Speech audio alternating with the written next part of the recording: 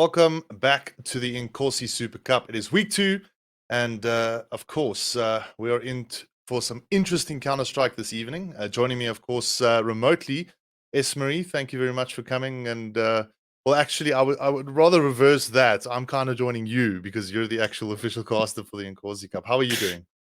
I'm good, thank you. Glad to see you on the Inkosi side of things. It's an interesting change. Indeed. And our first game up for this evening, we've got Adapt versus Exastrus.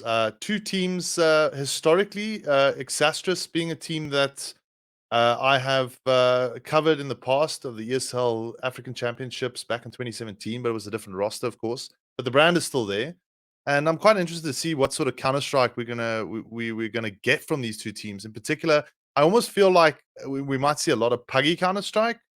Specifically, kind of looking at the potential maps that we might see, or potential map that we might see, because it is a best of one. But I mean, from your side, what would you expect from these two sides?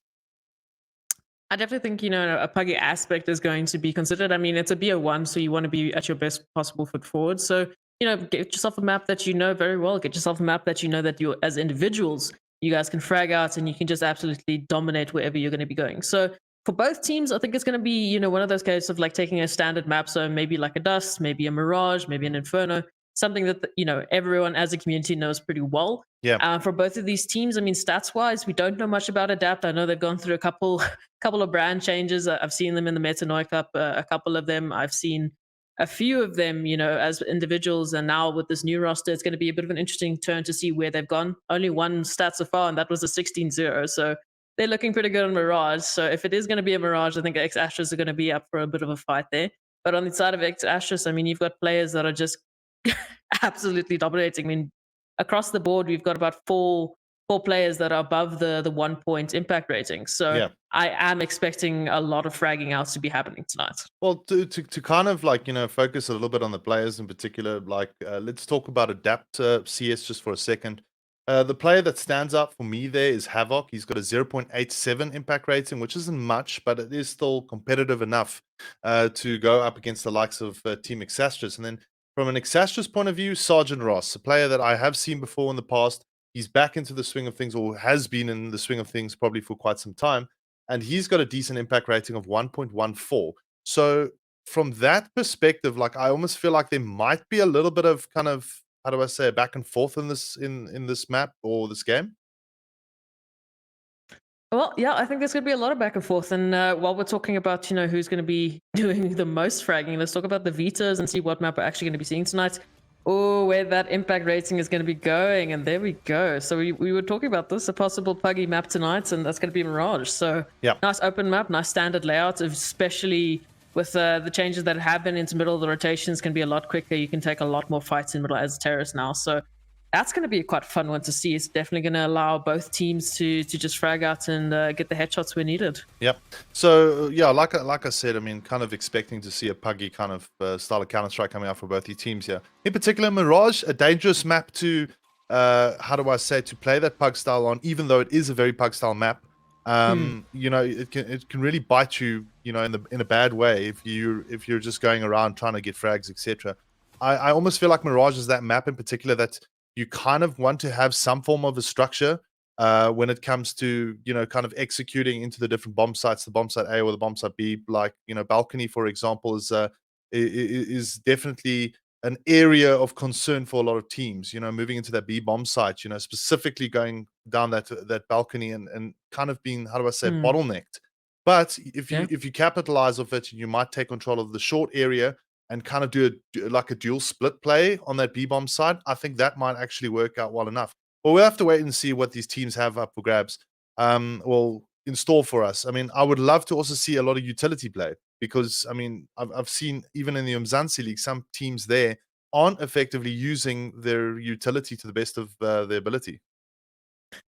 Especially with Mirage, I mean, with those skyboxes getting absolutely removed, I mean, I know for a fact there's a strat on A where you can throw 5 smokes and completely block off the CTs from that position and completely just take the site, get a plant, get off site, and there you go. You've already got the round within the first 20 seconds. Yeah. So utility is going to be a massive thing, especially on Mirage. I mean, you've got smokes that you can throw from the other side of the map to the site that you want to go to. So the versatility, the adaptability that is going to be dependent on what you know, what you till you've actually practiced, could actually change the way that this game can finish and can turn out. So Yeah.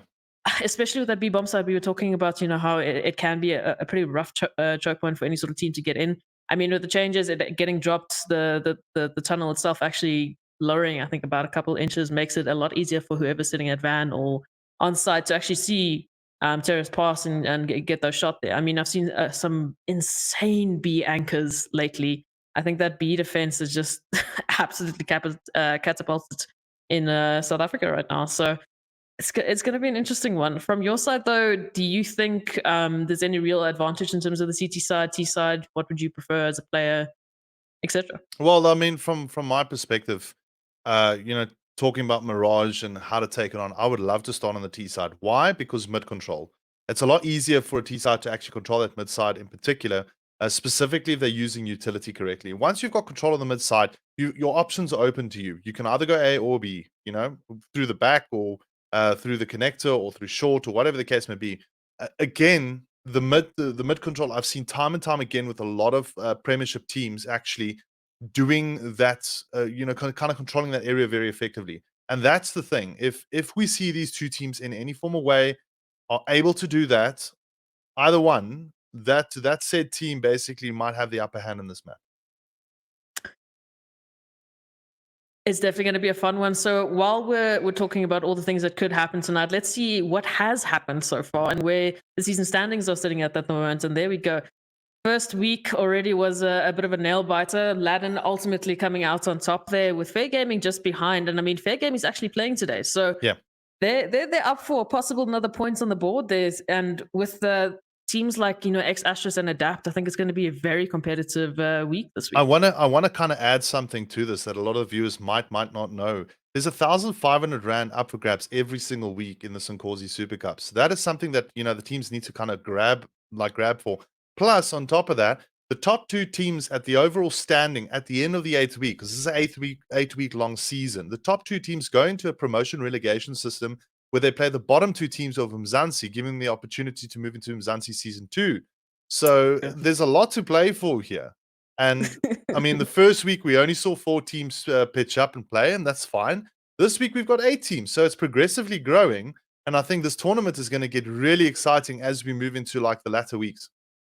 And especially when it comes down to those last couple of weeks. I mean, you need to get your points and you need to sign up. It's up to Yeah. you to sign up, get registered, and get the amount of points that you could possibly get. I mean, whether you're going to be signing up for every single 8 weeks or if you're just signing up for a couple, is that gamble of, okay, well, how many points do I have? How many points are the rest of them getting?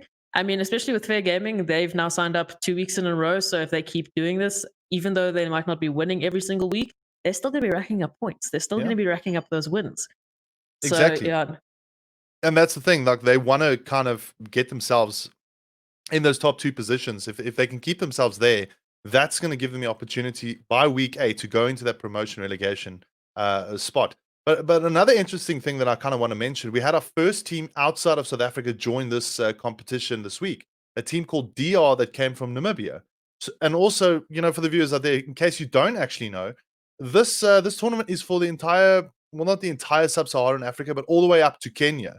So anyone that's got less than 80 millisecond ping, and your team has got a constant latency of about 80 milliseconds or less, you qualify to play in this tournament, which means it's not just for South Africans. It is for the other African countries as well. If we look at PUBG has been doing really well in the Inkosi Super Cup. We had teams from Mozambique, we had teams from Nigeria, we had teams from obviously from South Africa. There were teams from Mauritius. I think Madagascar had some teams as well, and they're starting to kind of come into the frame. Zambia, Ghana. This is what we want to see. We want to see a proper Pan-African tournament, and the Inkosi Super Cup is starting to show that. I mean, in the Umzansi Esports League, we've also got Nigerian teams actually playing, which people are not aware of. So I'm quite excited to see, like, as the weeks progress, what sort of talent we are going to get out of these African teams. It's definitely, I mean, that's the number one way to really grow the scene and to grow the scene even further to where it has been so far. I mean, when you're playing against constantly changing opponents, when you're playing against styles that you've never changed and played against before, it really forces you to grow as an individual, as a team, and ultimately as a community. So please, everyone at home, if you're watching and you know someone who hasn't entered this cup yet, who hasn't registered yet for Inkosi, tell them what the hell are they doing. Get them on here, get them to watch the stream, and get them registered. Yeah. I mean, come on, 1,500 Rand per week, 8 weeks. That's a lot of cash. I mean, and then the Umzansi League. Yeah, there's quite a number of prize pools for all the different titles. I mean, we've got PUBG Mobile, of course. We've got CS:GO for PC. We've got Tekken 7 for PlayStation 4, which is actually really cool.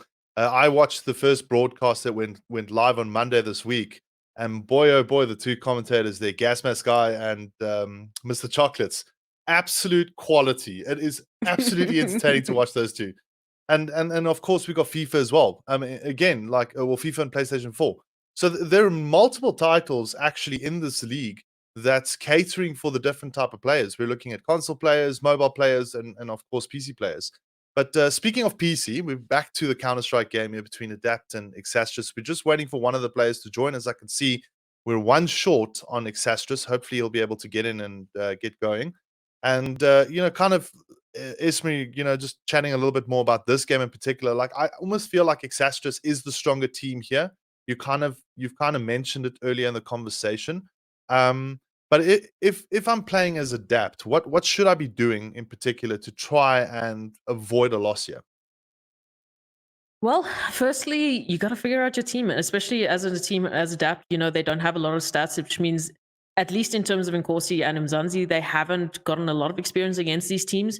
Whether you've scrimmed them, or you've played against them and faced it, you should know or have an idea of where they're going to be playing. And even if you don't, cool. Let's take a couple of rounds. Let's figure out our opponent. Let's understand what's happening. I mean, I see a lot of teams, even in the higher brackets, still doing that. I mean, Goliath, Sinister, all of them, they still take those couple of few rounds and they're like, okay, let's see how they play. Let's give them some space. Let's understand what they're going to be doing. If you do that, you're going to be able to understand, cool, I'm playing against a hyper aggressive team. So let's hold those defaults, let's hold those standings, and let's expect them around the corners that we don't want to have them around the corners, but let's expect them there and hopefully take them down. So I definitely think they need to just take this step by step and critically think about, okay, well, this is how Exastrus want to take us on. Let's see how we can counter that. And I mean, ultimately, it just comes down to the basics. Frag out, keep your teams, keep your trades, keep your communication clean. I have to stop you. We are going live. The person, live. The person has actually joined in. It is, I think, ZNX. He's actually joined in. There we go.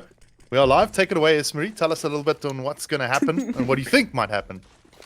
So here we go. We've got a 3-2 split here from Exastrus, and we've already got some B aggression here. So that's going to take a little bit of focus off from Adapt. So they're going to be like, okay, cool, we've got some B aggression. What's happening on the other side of the A-bomb site? Instead, though, the bomb is going to be going down, and Sergeant Ross, there he is, fragging it out, showing you right there. Oh, Void Clip on the other side instead gets the one tap. Down to a 3v2. Actually in favor of Adapt here, so Exastrus is a bit of fake there. Didn't work out, but Sergeant Ross is still fragging out. Makes it a second kill here, down to a 1v1. 27 HP, bomb is down, time is ticking. Oh, he's on fire. He is very much on fire. Voidclip on his third kill so far. Is going to make it the fourth, going to get the defuse. And I mean, that was a pretty good round there from Adapt. It was looking a little bit shaky there with Exastrus's double fake towards B. I mean, they had the utility there, they had the footsteps, but Adapt just stuck to their guns, and Voidclip finishing it off with a 4K, already starting us off strong. Yeah, look, I mean, like from that perspective, you can't really, put either side in the wrong here. I mean, Exastrus managed to get them down to one player specifically, but they got the bomb down. They've got a little bit of benefit out of it, so we'll have to see what they are going to do moving forward. We can already see the buy up there. A lot of Galils coming out, and then of course an AK-47. So that's going to change things up and probably catch Adapt off guard because look at this. They got a full SMG by expecting the save, and that is dangerous stuff. But again, good start here though from Bitten, and Clip actually managing to do fairly well, getting the frags respectively. But there is a exchange coming out now from Exastrus. Sabery actually picking up the double kill.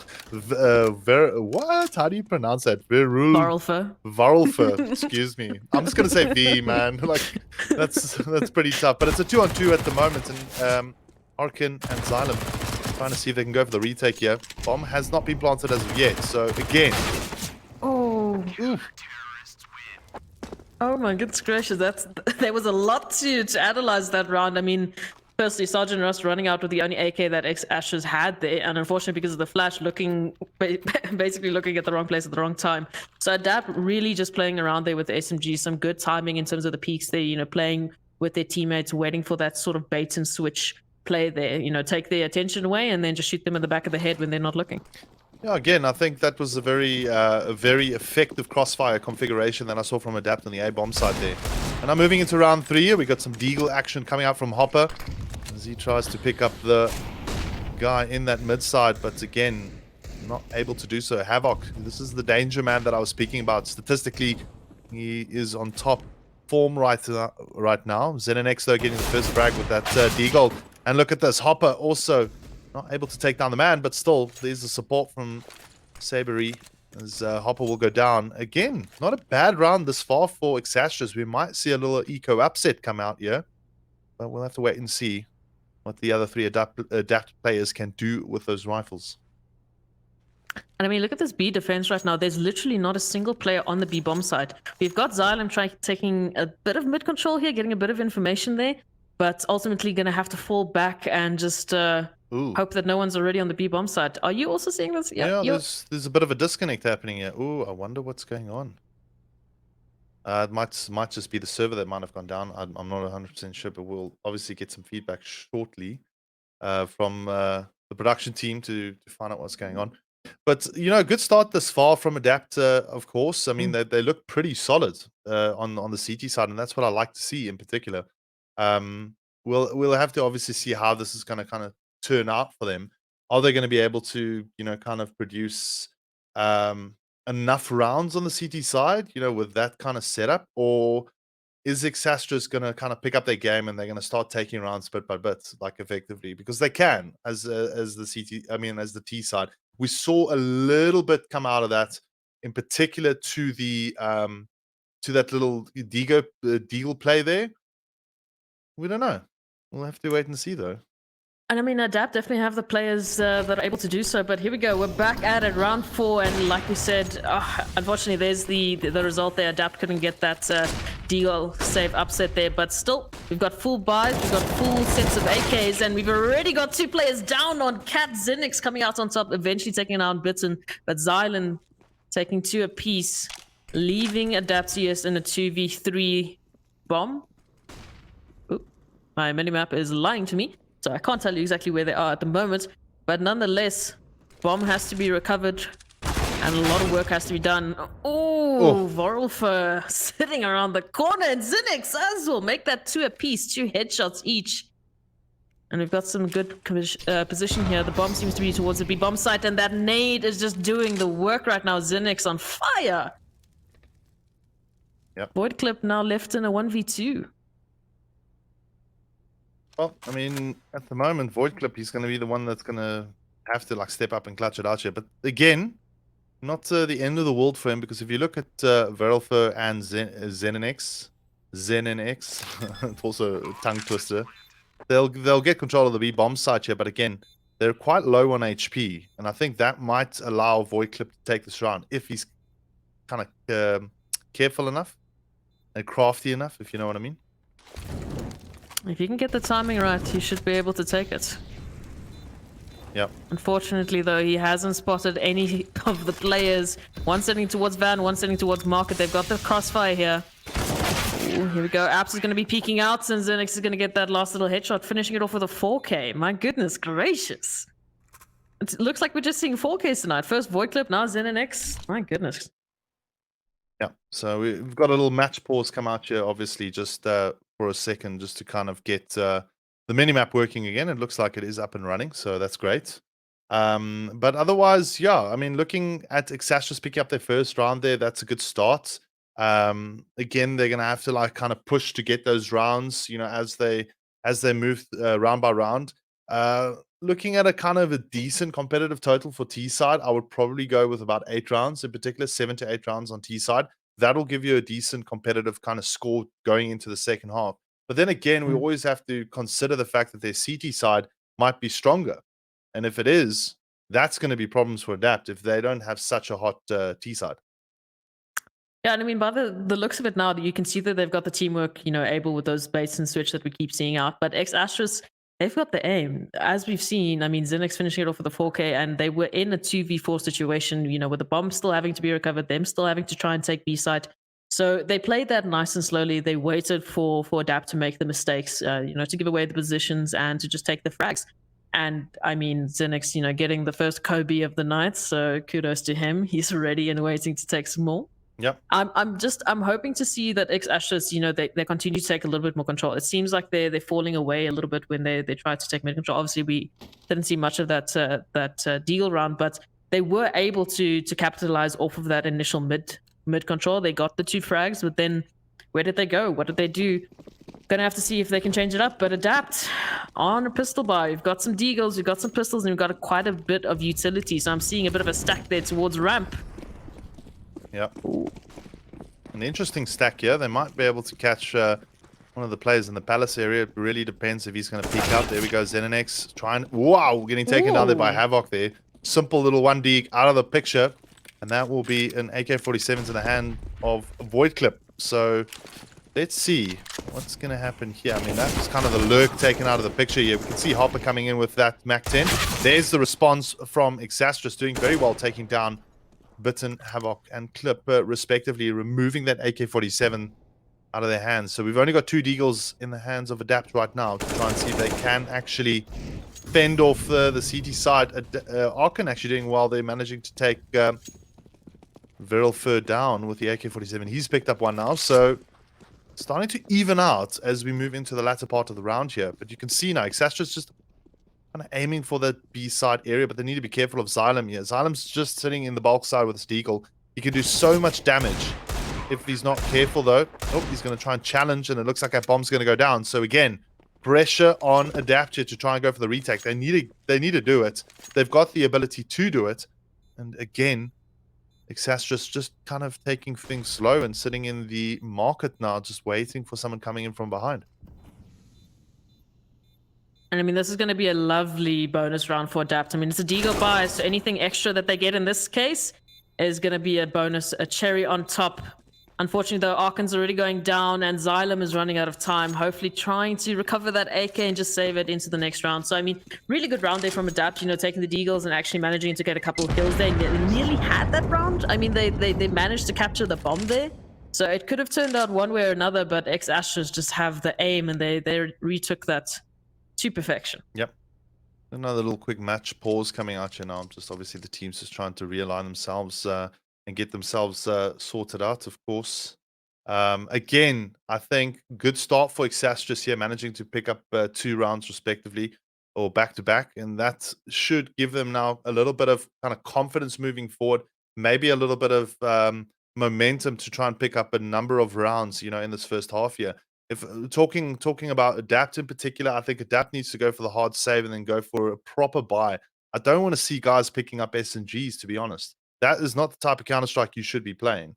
What you should be playing, in all honesty, is straight up, buy full, buy rifles, rather save as a team and then buy up full and have the utility to kind of counter the terrorist team. The problem is that when you come in with SMGs, etc., and you're not proficient in using your SMGs, you're going to end up losing your life and unfortunately getting kicked off the server and taken off the server. And the problem with that is that you're not trading off, you're not getting that frag. And if you don't get that frag as an individual, you're not doing your part in the team, in all honesty. That's just, and I mean, it's the even reality. if you are precision, even if you are proficient in the SMGs, I mean, at the end of the day, you're constantly at a back foot going up against these AKs. So even if you have the exact same aim as the enemy that you're taking on, they have a better gun. They have the better, headshot percentages. They have the better damage control there. Yeah. So they're going to be able to take you out a lot quicker than maybe what your team is going to be able to frag you out there or trade you out there in that situation. So we do have the AK in the hands of Xylem on the Adapt side. I'm already seeing an SMG in the hands of Havoc here, so it looks like they're going to be trying to force up around the AK, possibly just keeping above that 2K mark, just buying whatever extra they can. So it's not a hard save, but it is a save to a point if they stay with this buy. So hopefully they will be able to get some money, just frag out, get some extra cash in the bank there, because economy for Adapt is looking a little bit shaky. It's not completely there just yet. They still have above those 2K mark. But the kills definitely need to start raining in on either side. Indeed. So, looks like we should be going live in the next few seconds. There we go.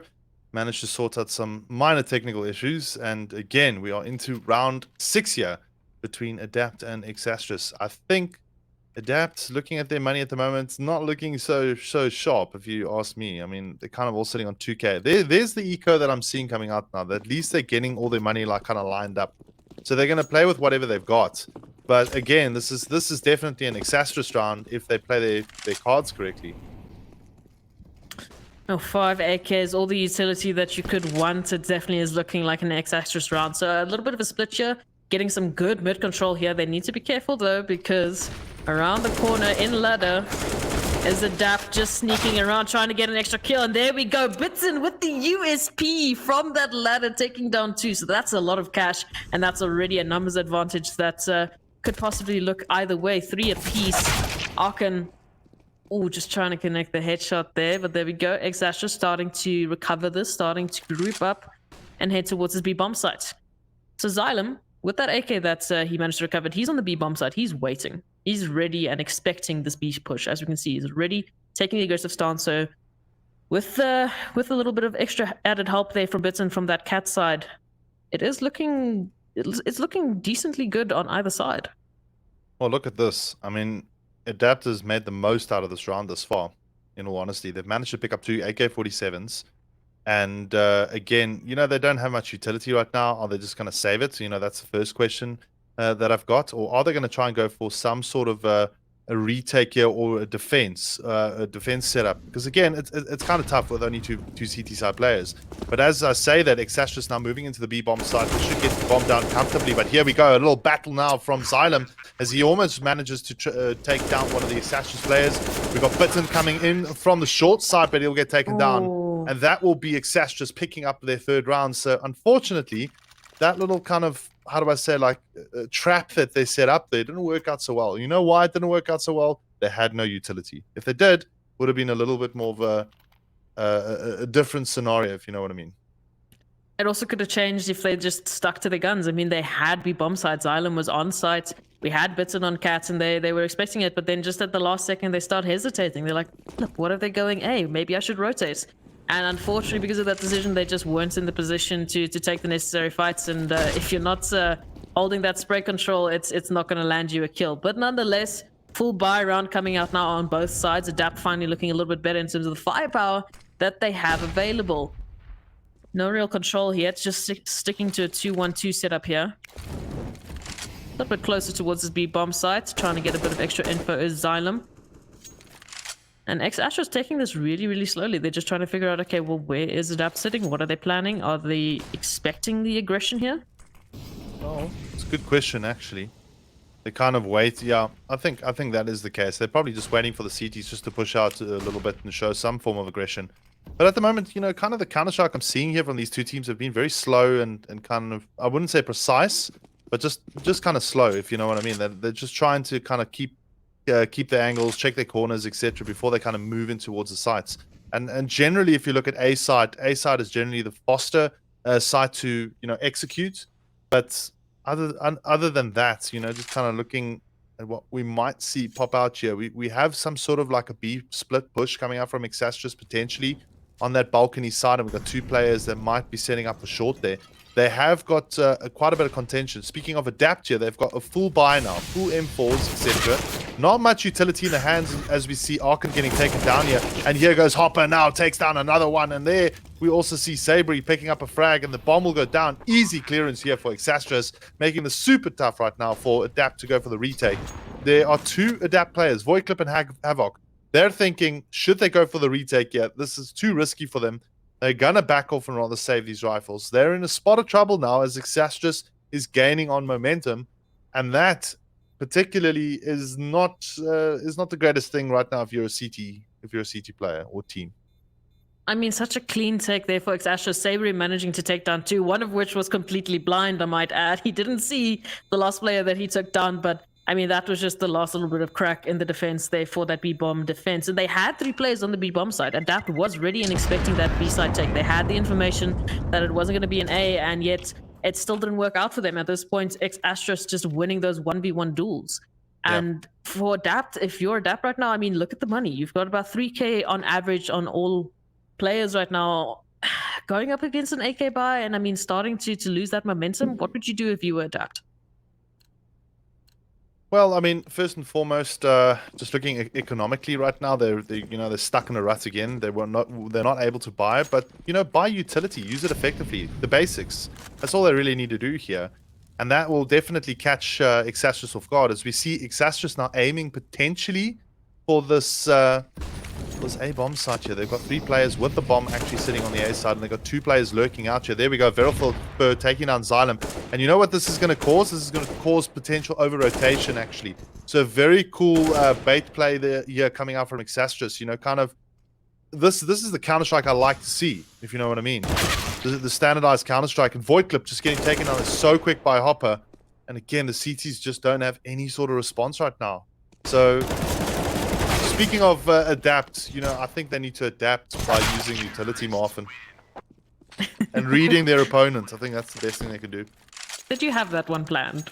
No. Did you just write that down in a book and you were just waiting to use it? No, that was very spontaneous of me. I'm just saying. But thanks for asking. But yeah, I mean, it's the basics. They need to adapt. And unfortunately, if we are talking about adapt, they're not really hitting any of the shots that they should be hitting. I mean, they have the numbers. We saw them in those first couple of rounds, and here we go. Exastrus literally just did exactly what they did that first round. They took Volfer onto B bomb site. He was just being loud, trying to take away focus, and instead they stuck to it and they just held their ground. But now I'm starting to wonder, is it a case of them just sticking their ground and taking the gamble, or do they really not understand what Exastrus is doing, where they're going, and what they're trying to achieve here? So the information, I also think, is lacking for Adapt. They're not able to make those decisions because they have no information to work with. And they've got the full buy now. They've got a bit of a stacked sort of setup towards this A-bomb side. I mean, you've got players in Connector and in Snipers, and if Havoc is not careful, he could be shot in the back here with a lurking player from Exastrus, and here's the execution. Borifer in the back of the head takes down Havoc. And all this utility now just making it so difficult for Void Clip to just stay alive and stay hidden. Yep. Well, look at this now. Hopper going in there. Sabri doing well, taking out Void Clip, and he's out of the picture, like you said, trying to stay alive. So it is Arkan at the moment that's being supported here by Xylem. There's a nice little crossfire, almost crossfire setup here. As Xylem picks off 2. Arkan coming in from the stair side. They need to move quick if they want to make this happen. There are 2 Exastrus players still waiting for them on the other side of the site here. Good little spray down from Zen and X, actually just anticipating it here. There's actually Bitten around. I didn't even spot Bitten, actually. He's also around here, so that retake should have gone for Adapt there. They had 3 players, and I think the problem is that once that first player went down on the bomb, there should have been a counter utility usage. Like, there was no utility being used there. There was no smoke being putting down, no molly to try and keep them at bay, to put pressure on the Exastrus team. But then again, just talking Exastrus here, Exastrus, very well played. A very good execute on the end of it. They got caught a little bit off guard by Xylem there, but still managed to get themselves in a good post-plant position. I also think the trades need to be happening on the side of Adapt, but here we go. We've got a mid-rush. We've got 4 pistols trying to find the head of Volfer there. Zinix, on the other hand, is going to tap a hair and just take 3 down. So now already left to Void Clip with only a P250, possibly an AK to recover at top mid. But, I mean, with Exastrus, they've got full B side control. They've got the bomb. They've got the time. Yeah. And they definitely have the players. So obviously, whoever wins here will go through to play Fair Gaming again. It looks like Fair Gaming is actually back in it, in another final. But my question is, where's Leiden? I mean, Leiden was in contention. They actually won it last week, if I'm not mistaken, and they're not playing in this competition. They need to maybe go and look at that to make sure that they're actually in. But just looking kind of at this round, you're not really working out at all for Adapt here. Exastrus looking super strong, and I'm very keen to see how that's going to pan out. How Exastrus are going to play up against Fair Gaming if they win. Adapt can still pull this one back. They might have a very strong T side, and there's the dual AWP I see being purchased now by Xylem and Arkan. That might actually help Adapt a lot here in the defense. Let's hope it does. But again, something that you mentioned earlier about trading, the aim power is sitting very much in the Exastrus camp. Yeah, and I mean, they're just getting the frags. I mean, literally, Zinix just tapping away at heads, getting one taps after one taps. I mean, granted, that was a pistol round for Adapt, but you can see the aim prowess that is within the X-Astros camp here. And Xylem, we need to connect those shots, buddy, with the AWP, especially if you want to keep that range control and if you want to keep that advantage, as X-Astros already in connected there, but good trade-off there by Bitten. From Cat, taking down 2 with Void Clip, also chiming in there. So left onto a 2v3. Adapt looking a lot better this round. I mean, already an AWP drop here. Ooh, Void Clip up close and personal. Might catch Zenix off guard. So Sabery, 13 HP, left in 1v3. It's not looking good, man. Yeah. It's not looking good for Exastris, which is a great thing for the Adapt fans, of course, you know, managing to pick up another round here. So that dual AWP setup, I think, might have paid off. It might actually help them here in the last couple of rounds. I mean, they've got effectively 3 rounds now to try and push and pick up, 4 rounds to try and win here and maybe win the half. They can with that AWP setup, the dual AWP setup. Exastris, they're going to have to be very crafty on how to take that down, and the use of utility will definitely help them. And a lot of utility on both sides. I mean, full util on either side, you know, with the X-Astros just slightly ahead in terms of what they have at their disposal.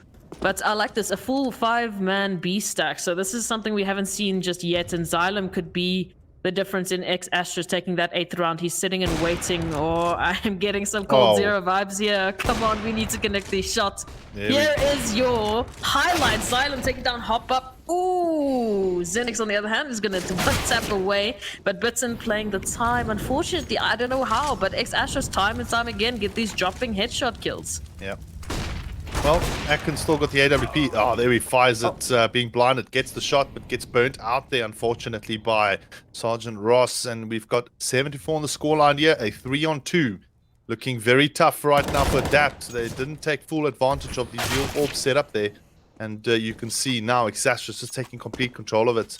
I think their A-side play wasn't as effective, so they've swapped towards the B side. And easy peasy stuff now, chasing Havoc away. He's going to try and keep his gun. And this, to me, is starting to kind of smell like an Exastris victory. I'm not going to lie. I mean, if Adapt don't turn things around here, it's gonna bite them, and they're not going to be able to make it through to the finals. I mean, you know, sitting on their 9th round to 9-4 half, so they can maybe take this to a 9-6 half. Possibly, you know, depending on how this round goes for X-Astros, if they do manage to get this 9th round, sorry. But it's still not where you want to be, you know, especially when you're talking about that momentum that the T side on Mirage can really just take, especially with that mid control. I mean, if you're just tapping away as heads, as X-Astros has been doing, and if they continue that on the CT side, then their defense is going to be extremely strong and maybe too strong for Adapt to break through. But we'll wait and see what's going to happen here. Already some pistols down in middle. I'm sensing a bit of deja vu here. Vorofer in the same position. Not going to be connecting the shots, but has a bit more time to run away. I say that, but Xylem with the Juan D takes him down. But look on this. Immediate response there from X-Astros, and they tried to take A, but instead Arkin's going to take down 2. And there's the bomb dropped. Only left Zenix. What a great retake there from Adapt. What a good anchor there. Yeah, that was some really good, great support play. I mean, also individual play had to count there, because on the end of the day, if it's not up to, you know, 1 or 2 individuals being able to pick up 2 or 3 kills basically around, it always puts the pressure on the team. And Xylem just working the magic there. Arkin actually working the magic there with the Deagle picking up that 2K. And that is, you know, problems now in the Exastris camp. You know, Adaptive got 5 rounds. It's competitive now. Now they potentially could actually change this game around and take it. But we'll have to wait and see as we move now into round 14 here. We can see the setup now, opting for a B-side push here from Exastris. Not working out so well as Bitten takes down the first frag of the M4. He's going to go for the second, but gets taken down. And that's exactly great for the Exastris team, opening up that B-bomb site. They need to be quicker, and there needs to be some sort of utility being used in towards that marketplace now. But look at this. The crosses are all on that market with side window. And Verelfer is obviously looking at the short side, so good backup here from either side. There we go, takes the frag with Havoc. Adapt just not able to do much as Verelfer picks up another frag through the smoke, taking down Void Clip. And now we've got Arkin left with the AWP. He's going to back off now. He needs to save this gun. That's the best they can do, and a very effective play here again from Exastrus.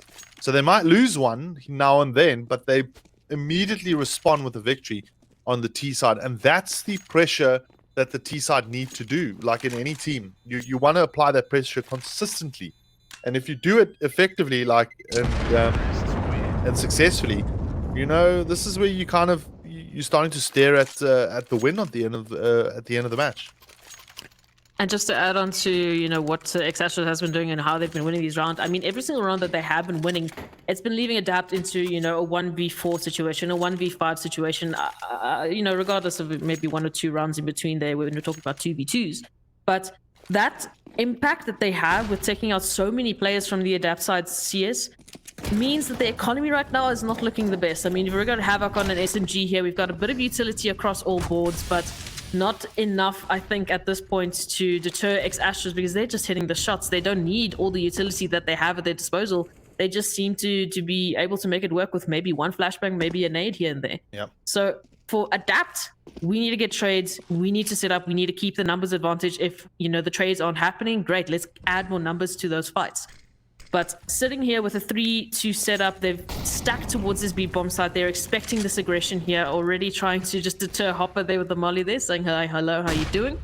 But look at this from Exastrus, immediate conversion here as they try and take this connector control. So they're immediately getting triggered to rotate around and take control somewhere else. Yep. Force the rotation. Ooh. That's exactly what you want to do if you're the T side. But again, not working out so well for Hopper there as he gets taken down by Xylem. Xylem's shown some really good progress as a member from an emerging team. So, well, 9-5 Adapt might be able to pick up a 9-6 here, but it doesn't look like that's going to be the case because we're seeing a lot of Exastrus frags actually happening this round. It's going to be up to Void, Clip, Xylen, and Bitten to try and see if they can respond with a retake here. The bomb, though, kind of not being planted as of yet, but Sergeant Ross doing the work with the grenade there, and there we go, picks up another frag. And that's really, really well played from him, and we've got Xylem left. Can he clutch it out? It's a 1-3. This is going to be intense. I'm really, really excited to see what he can actually pull off here. Can Xylem actually make it happen?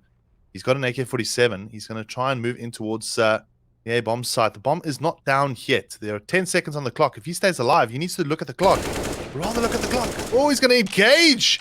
And he's going to have to back off now. 3, 2, 1. Oh, they just get that bomb down. So now it's up to Xylem here. Can he get it? He's on fire right now. He needs to get himself the frag. He needs to watch out for his man. There he manages to pick up a second. Is he going to be able to go for the third? He picks up another AK-47. Very clever player. He's going to bait the player out. He's going to go for the defuse. Can he get Sergeant Ross with the AK-47? Oh, yes, he does! Clutch play coming out there from Xylem right at the end of it. And that's exactly what Adapt needs. An ace clutch? An ace 1v3 clutch? Yes, that too. My goodness gracious, Xylem giving us a treat here. Already starting off this next half quite strong for Adapt. I mean, that is hype. That is momentum that you need on that T side. Adapt needs to take that and run away from it if they want to take this win. I mean, you just had one of your teammates have an ace clutch. A 1v3 clutch that really wasn't looking great for him. I mean, the time was there, but such a difficult position to be in, and he manages to take it. So let's see if Adapt can take this momentum and just absolutely steamroll it. That's all the pistol round. It's all up to the pistol round here, actually. If Adapt can actually get this first round, that'll help them, you know, pick up rounds quickly and get in towards that 9-round mark that's been established by Team Exastrus here. And again, now here they go. Havoc is the first one to go in. What is he going to be able to do? Is he going to be able to make this count? Because Viral Fur also sitting with the USPS. They've got the range advantage with these pistols, the CT side, but they're not connecting. And there finally, Sabri gets one, but Xylem responding already with a headshot on Sabri. So that's a good trade here. And the T side are making, well, they're making waves here, trying to push the CTs. But look at this. Void Clip carefully sitting in the back, waiting for the rotation to come in from the connector side. Very cleverly played. But it has forced the T side now to have to drop the bomb. Oh, sorry, to plant the bomb, actually. And I like this play. This is a really good play that I'm seeing from Adapt here.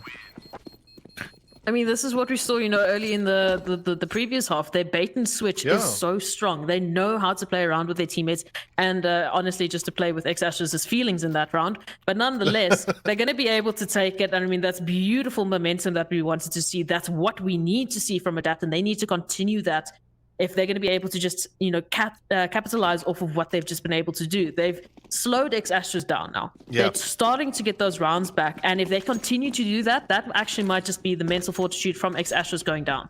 Indeed. And we are into round 17 now here with pretty much straight up Mac 10 buy. Good read coming up from Adapt, but not such a nice read from Arkin as he gets taken down immediately with that deagle. One shot in the face. And I think they're going to be anticipating some sort of CT push now from the bulk side, but I think Havoc is aware of one of the players, but Clip doing all the damage here with the Mac 10. Xylem also chiming in with one. He'll probably get a second one. That's good money for Adapt. And again, no real response from Hopper as he's stuck. And that's a little bit of utility that I like to see. Smoking off this corridor, just kind of putting Hopper in a position that he can't do much. He'll get the one frag with in the back of Havoc, but just not good enough on the end of it. And Adapt, well, that was actually a good play from them, picking up the SMGs and reading that their opponent is on an eco round. And expecting that aggression from either side. I mean, some good utility, like you mentioned, just nading out those corners, giving enough time for his teammates to plant there. So some good work, and we need to continue this. X-Ashes is going to be on their third pistol set. Well, I say third pistol, but basically their second save. Third round with pistols, so they can continue this. They can really start catching up and actually tie it out 9 apiece.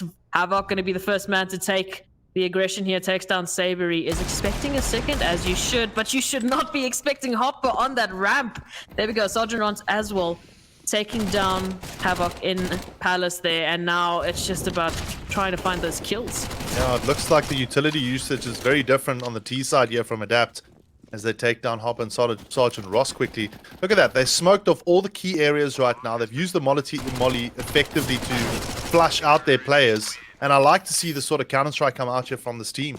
So again, now they're bringing the heat. And this is exactly what we want to see in this game of Counter-Strike. I want to see competitive CS here, going pretty much toe-to-toe to the wire right to the end. And hopefully, someone will just clinch it at the end of it. Maybe with another a 5K, clutch that we saw by Xylem in the end of the first half. I mean, speaking of Xylem, in the last 3 rounds, he's managed to pick up 7 kills. It's crazy, yeah. So he's on fire. He's taken that momentum, even if his team might have or might not have. He's ready and willing to take the kills. He's happy to pad his stats there on So Strong. So he's really just doing a lot of work for Adapt. And what I'm also liking to see is, they've been smoking off those key areas. They've been forcing X-Ashes to basically just sit and go, well, what do I do now? But then they also take the aggressive stance. They don't just sit and wait for X-Ashes to sit up. They instead go to them and they're like, well, we've got SMGs. We know you're on pistols. And we're going to take that and use that to our advantage. So it's a first round where we're actually seeing a buy versus buy. So that might change now. That momentum might slow down as they're expecting that response from X-Ashes. But well, we'll have to wait and see how Savory is not going to be able to see anything this round with all those flashbangs in connector. There we go. Gets taken down through the smoke there. Ooh, good response there from Vorolfer. Yeah, it's almost like seeing a completely different team. The Adapt team here at the moment. And Vorolfer doing well with the AWP, at least training it off now. So we got a 4-on-4. But again, if you look carefully at the T side, they're all over the place. There's one player playing on the Ram side in A, and then 2, maybe the third player kind of moving towards that B side. So that's the indication that we're seeing here that they might go towards B. So what I would like to see come out of this round in particular from a player like Void Clip is getting the entry frags or using his utility. He's got a smoke grenade and a flash. He needs to use it. And here we see Xylem now, the star at the moment for Adapt in the last couple of rounds. Maybe he will force the rotation here for the CT side. He's making a lot of noise, and Varelfer will take down Arkin in that mid side, and that will create a lot of problems here for Adapt as we see Xylem also going down. It's just so many frags not working in favor here at all for Adapt, and Exastrus will pick up their first round with only losing 1 player. Again, I think that was definitely something, that was a round Adapt could have taken. But unfortunately, I think they just they just can't. I saw the idea. I know exactly what they were doing there. Xylem was trying to bait them out, bait the rotation, etc. But I think they need to be a lot more reactive if they want to actually, end up winning rounds like that. But also, you're not going to be baiting anyone out when you've already had someone on your B side, making noise. So maybe a miss of communication there. If you were going to go for the double fake, then the timing needs to be talked about a little bit better. You can't just have one player shooting on B and then immediately after we're throwing utility trying to fake out that A bomb site. So we need to see Adapt just sort of holding back, taking a moment, and just trying to grab their composure back. But Zinix starting it off, taking down Voidclip, and here we go. Hopper just playing with Xylem right now. At least not going for the knife, but is going to take the 2K. So one by one, Adapt is just falling at this point, and is Axtras actually taking that aggression back to them. Oh, Sabre holding that middle alone, and left again to Bitten in a 1v5. So I would give, like, the bit of advice I would give to Adapt here in particular is buy up some smoke grenades and some utility.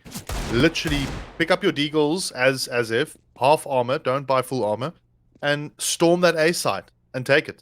That's it. Like you were doing an effective normal push. The chances of you winning that eco is a lot higher than trying to lurk around, get a shot in, pick off one guy, then pick off another guy. If you brute force it into a site like the A-bomb site and use your utility effectively on the entry and then on the mid play, the chances of you maybe winning that eco upset is much higher, because also if you're taking the frags quickly, you're able to also pick up guns. And you're just increasing the overall fragability of your team. I mean, you're on pistols. Let's keep the firepower together. Let's make it one big deal and go and hopefully take down X-Ashes there. So utility here and some aggression from X-Ashes as they take that A ramp. So that's going to be quite a bit of information. But let's look at this. Already a kill down on the B bomb side. Voidclip and Xylem taking one apiece. There is a response there from Zinix. So one down on the Adapt camp there. But still, it's looking pretty good here for Adapt as they're just trying to get information and trying to take control of this A bomb site. And Xylem once again catching Sabre off guard there, opening up A sites. And there we go. We've got Voralfer and we've got Zinix trying to just group up, falling back, and hopefully taking the retake. Ooh, if we're not careful, what? Yeah, that's some really good control there actually coming out from Havoc there. Like, almost he snapped very well. Like, a little bit of slightly off, so one of the bullets probably caught the guy in the head, but still, that sort of play is great to see. Again, Xylem, the big player here, is sitting on 22 for 12 right now. He's quite far ahead from the rest of the team. I think Voidclip's also sitting on 16 for 12, and he's starting to pick up things here now for Adapt, and rounds for Adapt, which they vitally need. Again, that round kind of working out for Adapt there in particular, because they kind of kept themselves on the front foot, from the word go, getting frags early in the round. But as I say that, it looks like Exastras have responded back with the AWP play coming out here now from Merylfer, and there's Sabre pick up another one. So we've got Havoc though with a trade-off at least, and that might potentially open up that mid side now for the Adapt team. But again, it's a 3-on-4. It's going to be tough. There are 2 AWPs in the hands of Exastras here. And I don't know what they're doing. They're just kind of playing 2-and-2 right now on both sides. And look at this. Hopper's got the perfect angle. Oh! But anticipated. That's the thing. Obviously, Arkan knew that he was sitting on that angle. And a good little flash play coming out here from them. But they're going to back off immediately. But there's the short play coming out from Havoc now. So they've opted for the B-side push. Are they going to back off here? Do they have time? That's the other question. 47 seconds on the clock. Are they going to opt in towards that connector? Because they've forced the rotation. I like this play coming in from Adapt, but where's the utility? There's not much of it. Sabre waiting it out, but bam! One in the face from Arkan there. Jeez, some serious all play coming out here from these teams, and they've left Merylfer alone. Well played, Adapt. 11 apiece now. I was waiting to criticize, having your AWP do the entering on the A-bomb side when you want to plant and you don't know where the last player is from X-Ashes, but okay, Arkan told me to just shush, it's fine, I've got this. I mean, unfortunately for Sabre, he was on 5 HP, so any sort of connection from any bullet there would have done him in, but Arkan with a quick scope, We're ready and waiting to see a little bit more of that. Hopefully, in this round, as Ashes is going to be going onto the pistol buy. I'm expecting actually a mid push here. Once again, taking it through. Ooh, that Molly just going to slow down, do a little bit of chip damage, but there's the flashbang. Havoc has to be careful. He's got a lot of players to deal with and a lot of headshots on both sides. Arkan going down, ultimately leaving Adapt in a 2v3.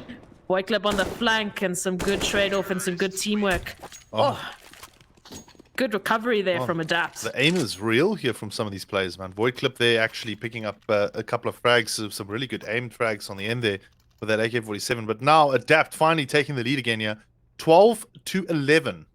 And it was a great read I saw there from Exastrus, pushing up that mid side aggressively. They had the advantage.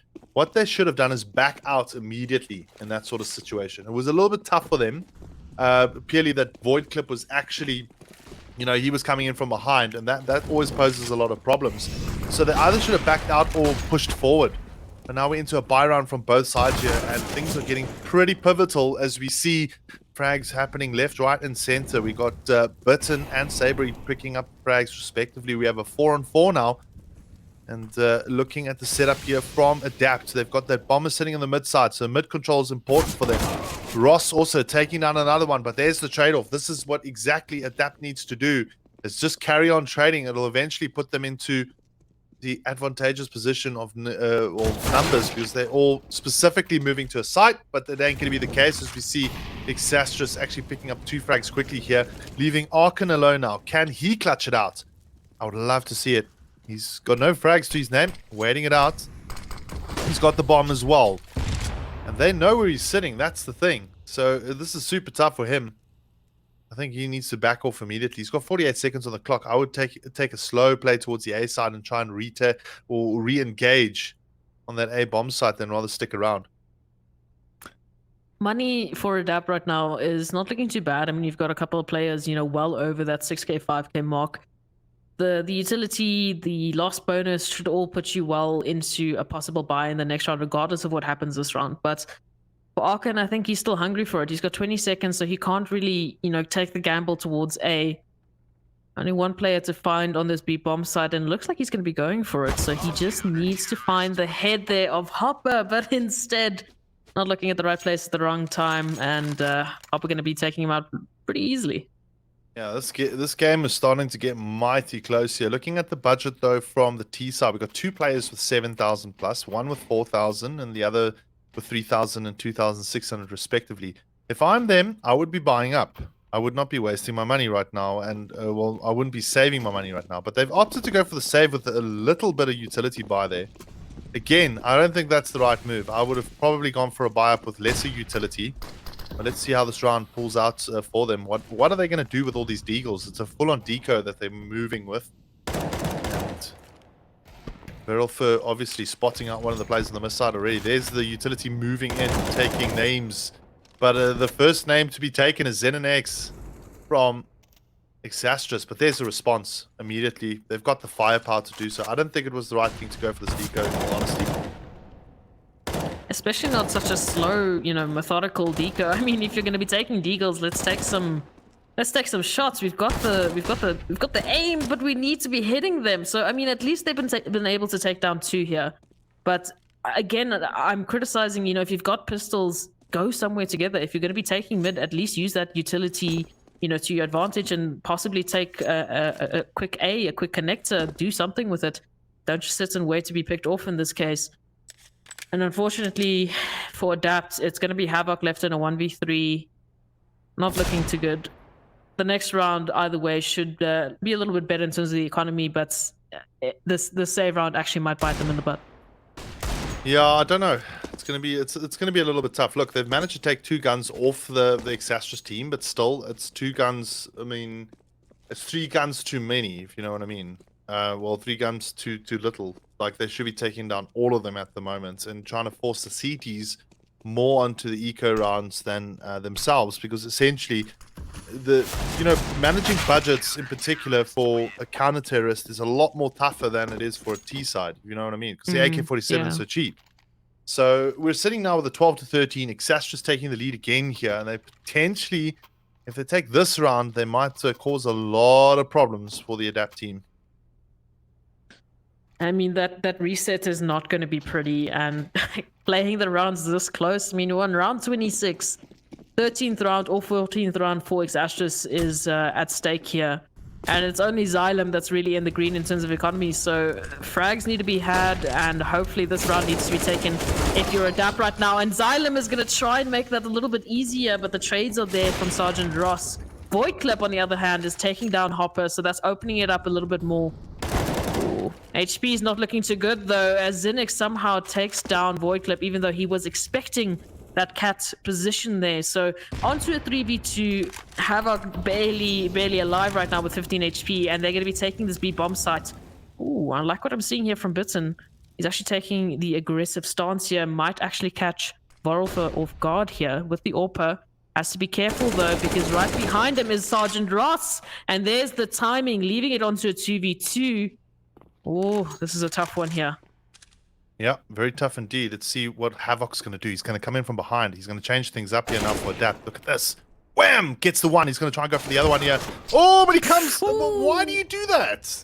I mean, I understand that you have to get the grenade out, but man, that's a bit unfortunate. The bomb not being planted either, and 40 seconds on the clock here. So it's going to be up to Arkan again to try and clutch it out. And what we've seen recently from him, he's not that effective of a clutch player, unless he proves me wrong at the moment. But he needs to get this bomb down quickly and stop wasting time. As you can see, him taken down there by Sergeant Ross, and that was literally Adapt's win. And I think, you know, Havoc unfortunately fluffing it there with that let's pull out the grenade and try and nade the guys on the inside. You never do that, not on that angle. You know what I mean? Not in a 1v1 situation where you have no idea really where he's going to be coming from. I mean, especially with the HP that he had to work with. Like you said, he was barely alive. He had 15 HP to his name. So such a pivotal round there for Adapt. Unfortunately not going, you know, in their favor. It would have been a team ace, by the way. Each of them taking one apiece except for Arkan, unfortunately. So a bit of a mental play here as they're going to be taking a B bomb site. SMGs are the name, and Zinix taking down Xylem, taking down one of those AKs, managing to recover an M4 on their side and hopefully taking the bomb plant. There we go. It's on to a 3v4 retake here for Exastris, looking good. Oh, Bitten doing the work, taking down two, leaving it onto Vorolfer to actually save this round. So I mean, that's great response there from Adapt. That's what you need. But it's still cutting it so close there. Yeah. Again, if Vorolfer gets away with this AWP, that's going to create a thorn in the side of Adapt in the next round. They need to track him down immediately. There should be no allowing him to keep this AWP, because looking at the kind of the finances right now for the CT side, we've got Sergeant Ross and we've got Zen and X. That's kind of okay on budget, you know, not the greatest, but they can buy up at least.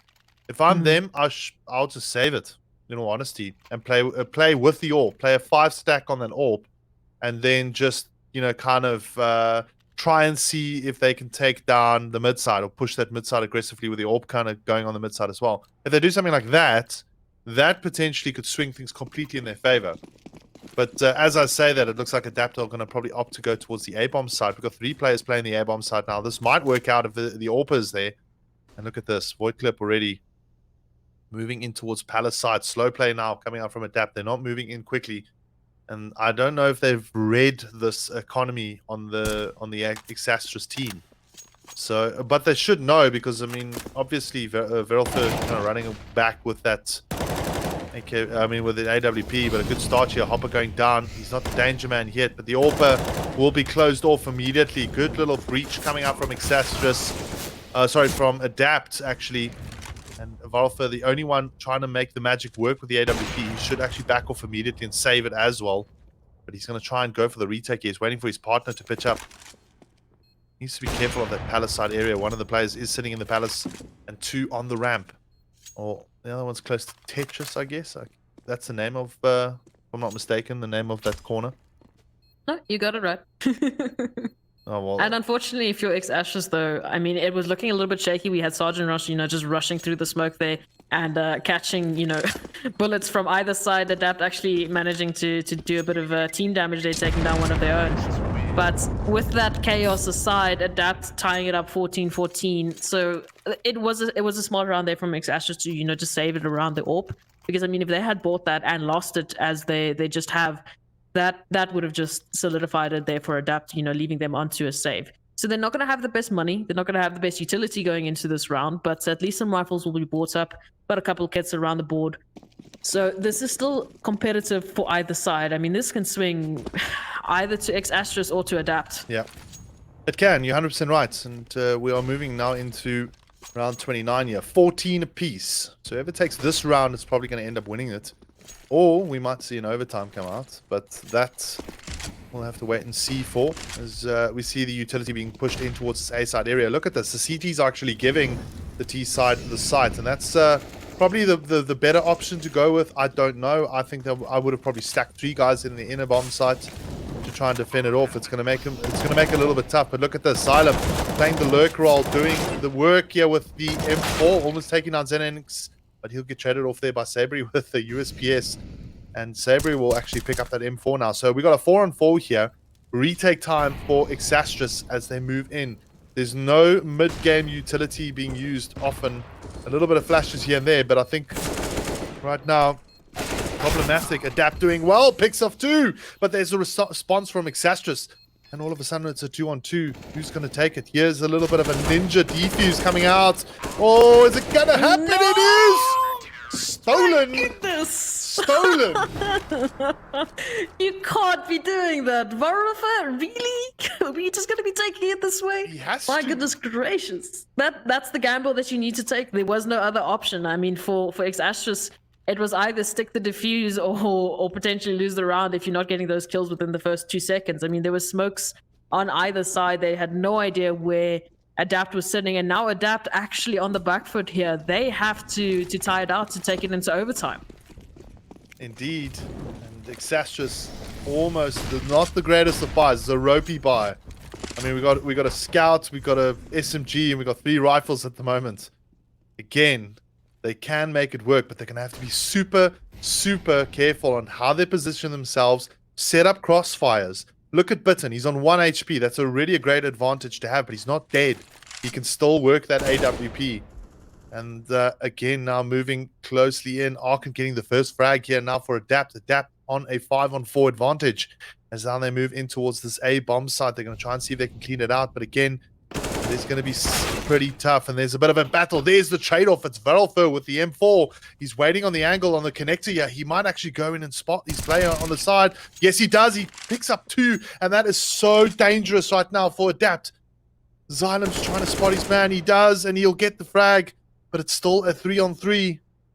And this is super close right now for Adapt. Do they keep themselves in the game and go through to overtime? Or do Exastras close it out and take us to the grand final? Again, we don't know. Look at this. Hopper takes him down with the SMG and will pick up an AK-47 now. Just helping it up. Oh, Xenex does, and that will be it. Exastras close it out. Unfortunately, not good enough for Adapt CS. They're good game from them. I have to say I'm very, very impressed by the Exastras. By the Adapt CS team there. I mean, they kind of, went all the way. They tried their best, but unfortunately, they're just not good enough to close it out on the end of it. But still, good Counter-Strike. I enjoyed that. I mean, I don't think they can kick themselves in the backs there for losing a ninja defuse. Unfortunately, Varrofa was just that much more sneaky. And Adapt, I have no words for these last 2 rounds. How you managed to take this, how you managed to win this, my goodness gracious, that is very sneaky. So wow, that's going to be our final. It's going to be Fair Gaming versus Adaptia, if the HUD's not lying to me. No, Exastras. That is correct. Yeah. So it is lying to me.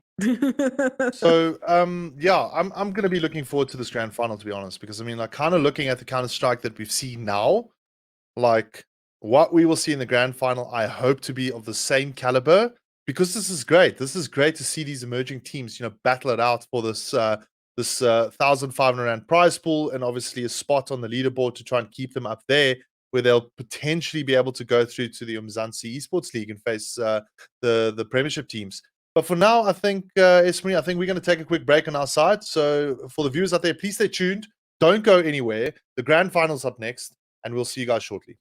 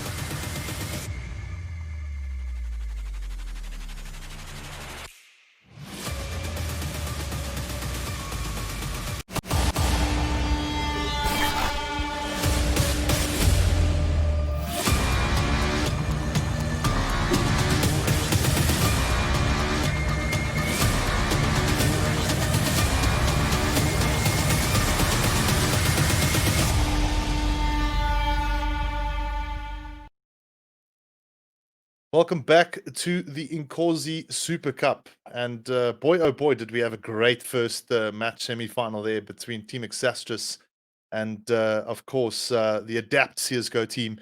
Esmery joining me, of course, on the broadcast this evening. Esmery, your take on the last game. Are we going to see something similar in this grand final? So this is the second week in a row that Fair Gaming are actually in the finals. So for them, this is a chance at renewal. They unfortunately went down to Latin the previous week, actually taking it to overtime. So it was a really close game then.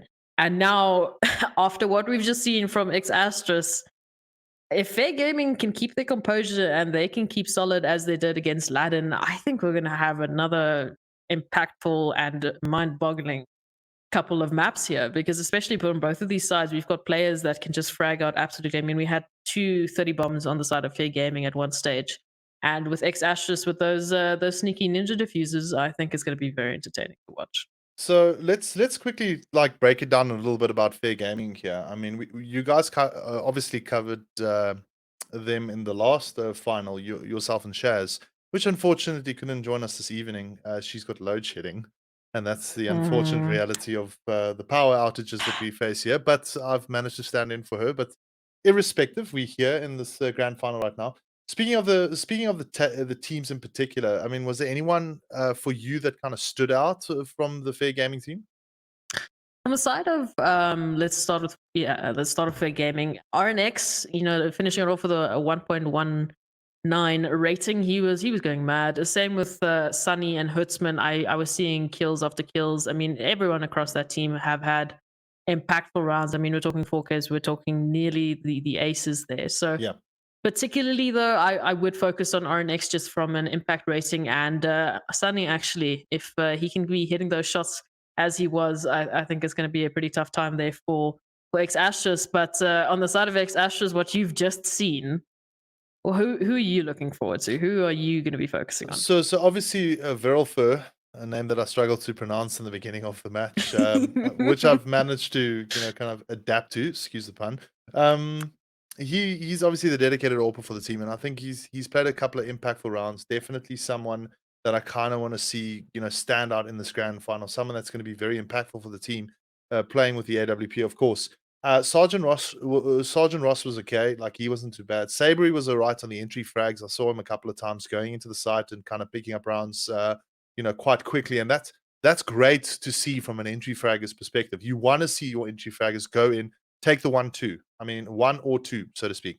That opens up the site a little bit more. The contentions for that site becomes a lot easier for the T side, and then for the CT side, of course, it's a lot more difficult because you have to wait for rotations and so forth. But and then ZNX was also pretty cool in the clutch rounds. I didn't see much coming up from Hopper though, although from time to time I did see a couple of decent frags from him. So again, I think an overall perspective from Team Exastris, I think they're a very competitive team to take on Fair Gaming here. But again, just kind of understanding what people are talking about from a Fair Gaming's perspective, they got some really, really good Counter-Strike players, and having these two teams go head to head in this grand final, I think is going to be quite interesting. Yeah, the main thing that I remember from Hopper is him falling and getting headshot frags while falling as entries on the B-bomb side. So I'm very keen to see that. Indeed.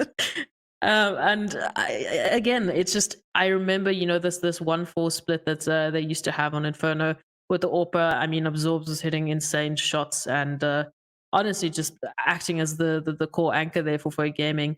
I believe it was Absorbs. I might be wrong. We'll find out later. But Fair Gaming really started looking a little bit shaky in that first semi-final. So when they finally sorted that out and they finally just sort of solidified, their confidence, they got the composure back, and they just started playing their CS. It was a really fun one to watch. But enough talking about that. Let's see what maps we're going to be seeing tonight, and if I'm going to be corrected on that Inferno situation there. So, Fair Gaming actually banning Mirage there, so that's a bit of momentum Good. from X Astros taken away. No Puggy Counter-Strike. So Train, I'm a bit sad that that's out of the picture. It's one of my favorite maps to cast. Inferno, definitely one that I would expect to be picked.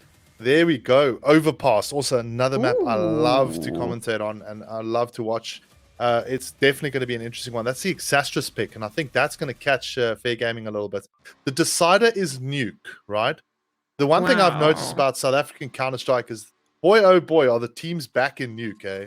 They are literally playing a lot of a Nuke, It's all of a sudden. Yeah, and it's in great. the last 2 months. It's amazing. It's and awesome. I mean, up until then, we were talking about it actually before the broadcast. They were avoiding Nuke. Nuke was the first ban for most teams, and now it's back with a passion. I think, especially with the addition of Vertigo, there might have been a new replacement on the Instaban roster, but nonetheless, Fair Gaming x Astros giving us some good map picks here, but. Enough of us. Let's actually go into the first round as we do see Inferno ready and loaded. Fair Gaming x Astros going to be taking it on this first map in this final for the Inkosi Super Cup Week 2. Starting us off strong is Fair Gaming on the T side. So some momentum hopefully for them this time around. Oh, taking a lot of mid control there. Already spotted a player. Those nades barely missing Sergeant Ross there. Going to get some good information here as X Astros takes the flank around from Banana. So if Fair Gaming aren't quick... Oh. They might get caught off guard there. Hopper starting it off. There we go. That's that impact that you want to see. Sergeant Ross also taking Hutzman down there. So 3v4. Forrest, and Sunny, as I said, that's the impact player you want to be working on. Absorbs left in a 1v2. Unfortunately cannot connect the shots there. But such a beautiful round and a beautiful definition of what we're about to see. So... breaking down that first round quickly, what I enjoyed from Exastra's point of view is that they got the first frag. They managed to back off immediately and kind of give the T side the site. And then they went for the quick retake, took a couple of frags, went down a couple of times, but still managed to keep their composure. From a Fair Gaming perspective, what I enjoyed from their side was moving up aggressively up that mid side, going towards the archers, and then roping around into that A bomb site to get the bomb down. Once they got that bomb down, it helps them economically, obviously, moving forward. As we all know, this is a slight CT-sided map, if you know what I mean. But I'm talking about like an 8-7, so to speak. So getting that bomb down on the first round is great for round 3. It means we'll see a buy-up come out. But now we're into round 2 here. Still an eco, and a bit of a ropey buy, though, coming out from Exastris, but it should still be pretty much effective enough for them to defend it off. And Savory, we talked about it. Here we go, taking down 2. Zinix on the flank, trying to back up his teammate there. Bit of team damage once again on the side of Fair Gaming. And I mean, it's pistols. Let's not hype it up too much, but I mean, there we go. 3K and 2K apiece. Some good money in the bank there. So that's going to at least be able to upset or to reset, sorry, that ropey buy that you were talking about. Instead, it looks like they're keeping some of those SMGs, getting some utility though. So that's a little bit more defensive advantage that they'll be able to hold, but going up against 5 AKs. Dangerous buy. Or sorry, they don't have enough money, I guess, to buy up properly, because if you look at it at the moment, they're kind of all sitting on 2.5, etc. But they should have had enough to at least buy up some rifles, because if I'm an IGL for Exastris right at this moment in time, I know they planted that bomb from the get-go, and it's going to cause a problem. Seeing round 3, they'll be able to buy up. And as I say that, we already see Xenonex being taken down, and the AK-47's doing the work now, and causing a little bit of problems here for Exastris in particular from a defensive perspective. However, they have got 2 players in the B-bomb site and 2 in A, and a nice little entry start here for Hutzman. RNX also taking down Sabri. That's the A side open, and we'll see Fair now moving in, hopefully quick, into the A bomb side to get this bomb down. They've got time on their hands, and they need to move fast. HP as well on the side of Fair Gaming is looking a little bit touch and go there. So I mean, it's a 2v5. Hopper and Sergeant Ross left with the MP9s, possibly, just maybe go for this, get a bit of extra money, farm some kills, because it's definitely doable at this point.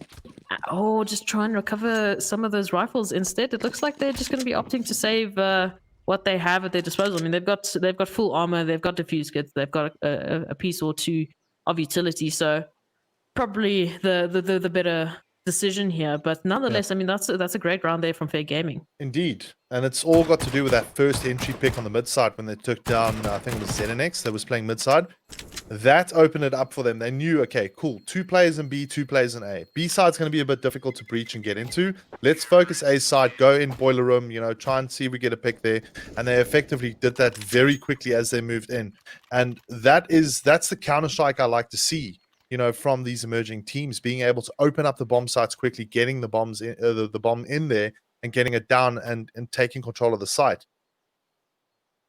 Just to add on to that again, about this great Counter-Strike that we're seeing from these emerging teams, Fair Gaming actually not falling there for the fake from X-Ashes. There was a little bit of a SMG sort of trying to bait to help your teammate get an early pick there, but they knew that their HP was at a disadvantage there, and instead managing to make sure that they did not drop a single player there. But here we go, the players, Sergeant Ross and Hopper, down Banana we go, already an AK recovered, and so much damage through the smoke there. Jaded left on 12 HP, and around the corner is X-Ashes hoping for a free kill. Ooh, no connections just yet, so what we're going to be finishing off with is Sunny going down early on, and Jaded left to 12 HP, but still 4 on 5 for X-Ashes, looking good here. But here's the response, an immediate A-take here, trying to open it up.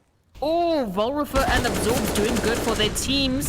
Hertzman has to be careful, manages to control the spray, takes down, and there's the trade. So we're left on a 2v2, and HP pretty much even Steven across the board here. We've got two players very low, below 20 HP. On for the retake is X-Ashes. So the one thing I think that Fair Gaming made a huge mistake on there was the time they took to get into that site. I would have gone a lot quicker because they basically allowed X-Ashes to respond. And as we see now the retake in effect here, I can see Sergeant Ross, he might be able to get hold of Absorbs in that corner. He picks up the AK-47, he's the last one left. He's going to probably back off and save that gun, but still, I mean, Fair Gaming lucky to get away here with the victory, because again, taking their time and dropping too many players actually on that breach was to their detriment. They could have done this a lot more cleanly, in all honesty, if they were a little bit quicker on getting into that A side. Again, it boils down to experience on the end of it, but still, a good play there from Fair, picking up 2 rounds respectively, and X-Ashes now forced onto a eco round, which, I don't know, yeah, I think they're going to eco this one up. They shouldn't buy, because their money's just too low. And Fair Gaming just, they're looking strong. They're looking really strong. If they continue this, they're going to take more rounds. And I mean, they've had a lot of experience now on Inferno, specifically in the Inkosi Cup, going up against Lad and going up against all the teams that they had to fight for this position. So the Inferno is definitely a lot stronger than what I've seen so far. Ooh! Already fixing their mistakes is X-Ashes, actually managing to take down one of the players there, managing hopefully to recover that AK. But there's a good HP trade there, and instead, Fair Gaming again responding with an A-Tech. Yeah, I like the kind of the reactive play this round from Fair. Now they're moving a lot quicker into the A-bomb side.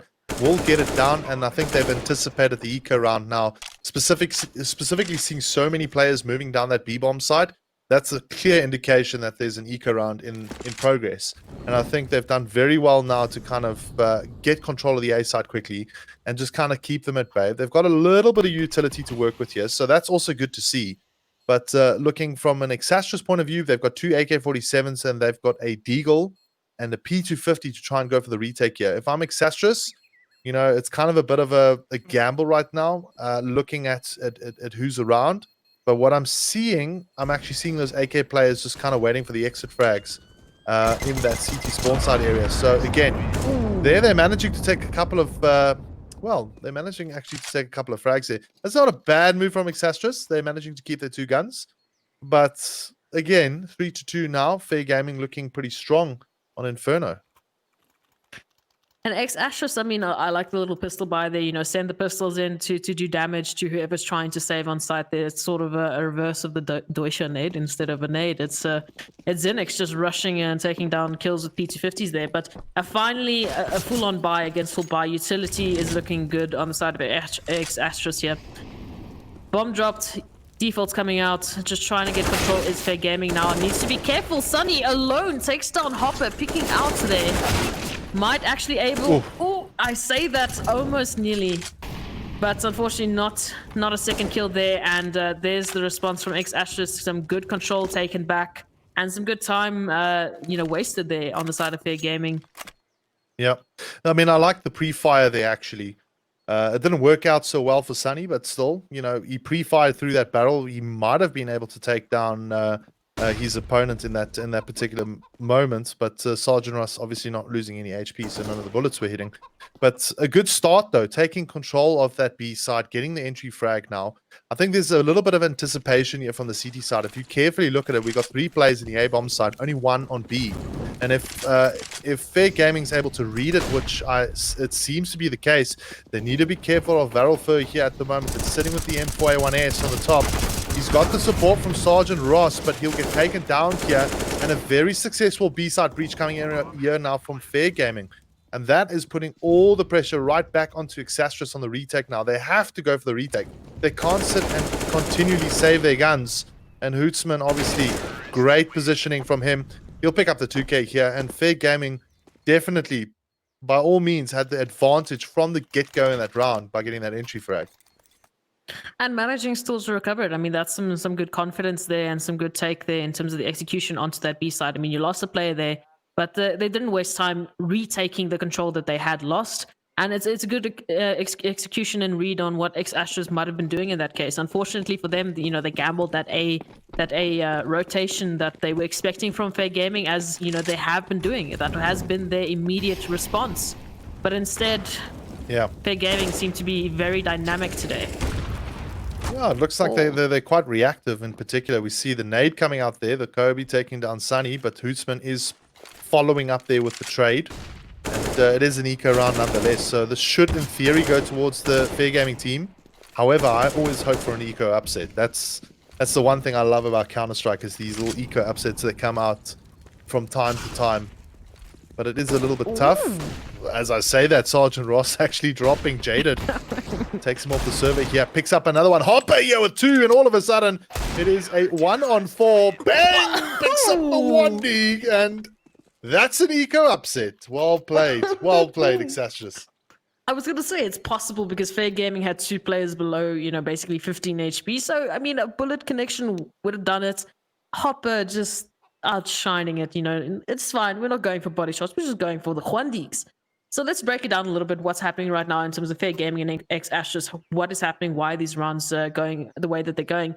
On the side of Fair Gaming, I think they've been very good in terms of their reaction to Exastrus, but I haven't seen a lot of proactiveness in terms of taking that control. They seem to just constantly be playing into Exastrus's crosses there. Unfortunately for them, they've been making the wrong gambles there.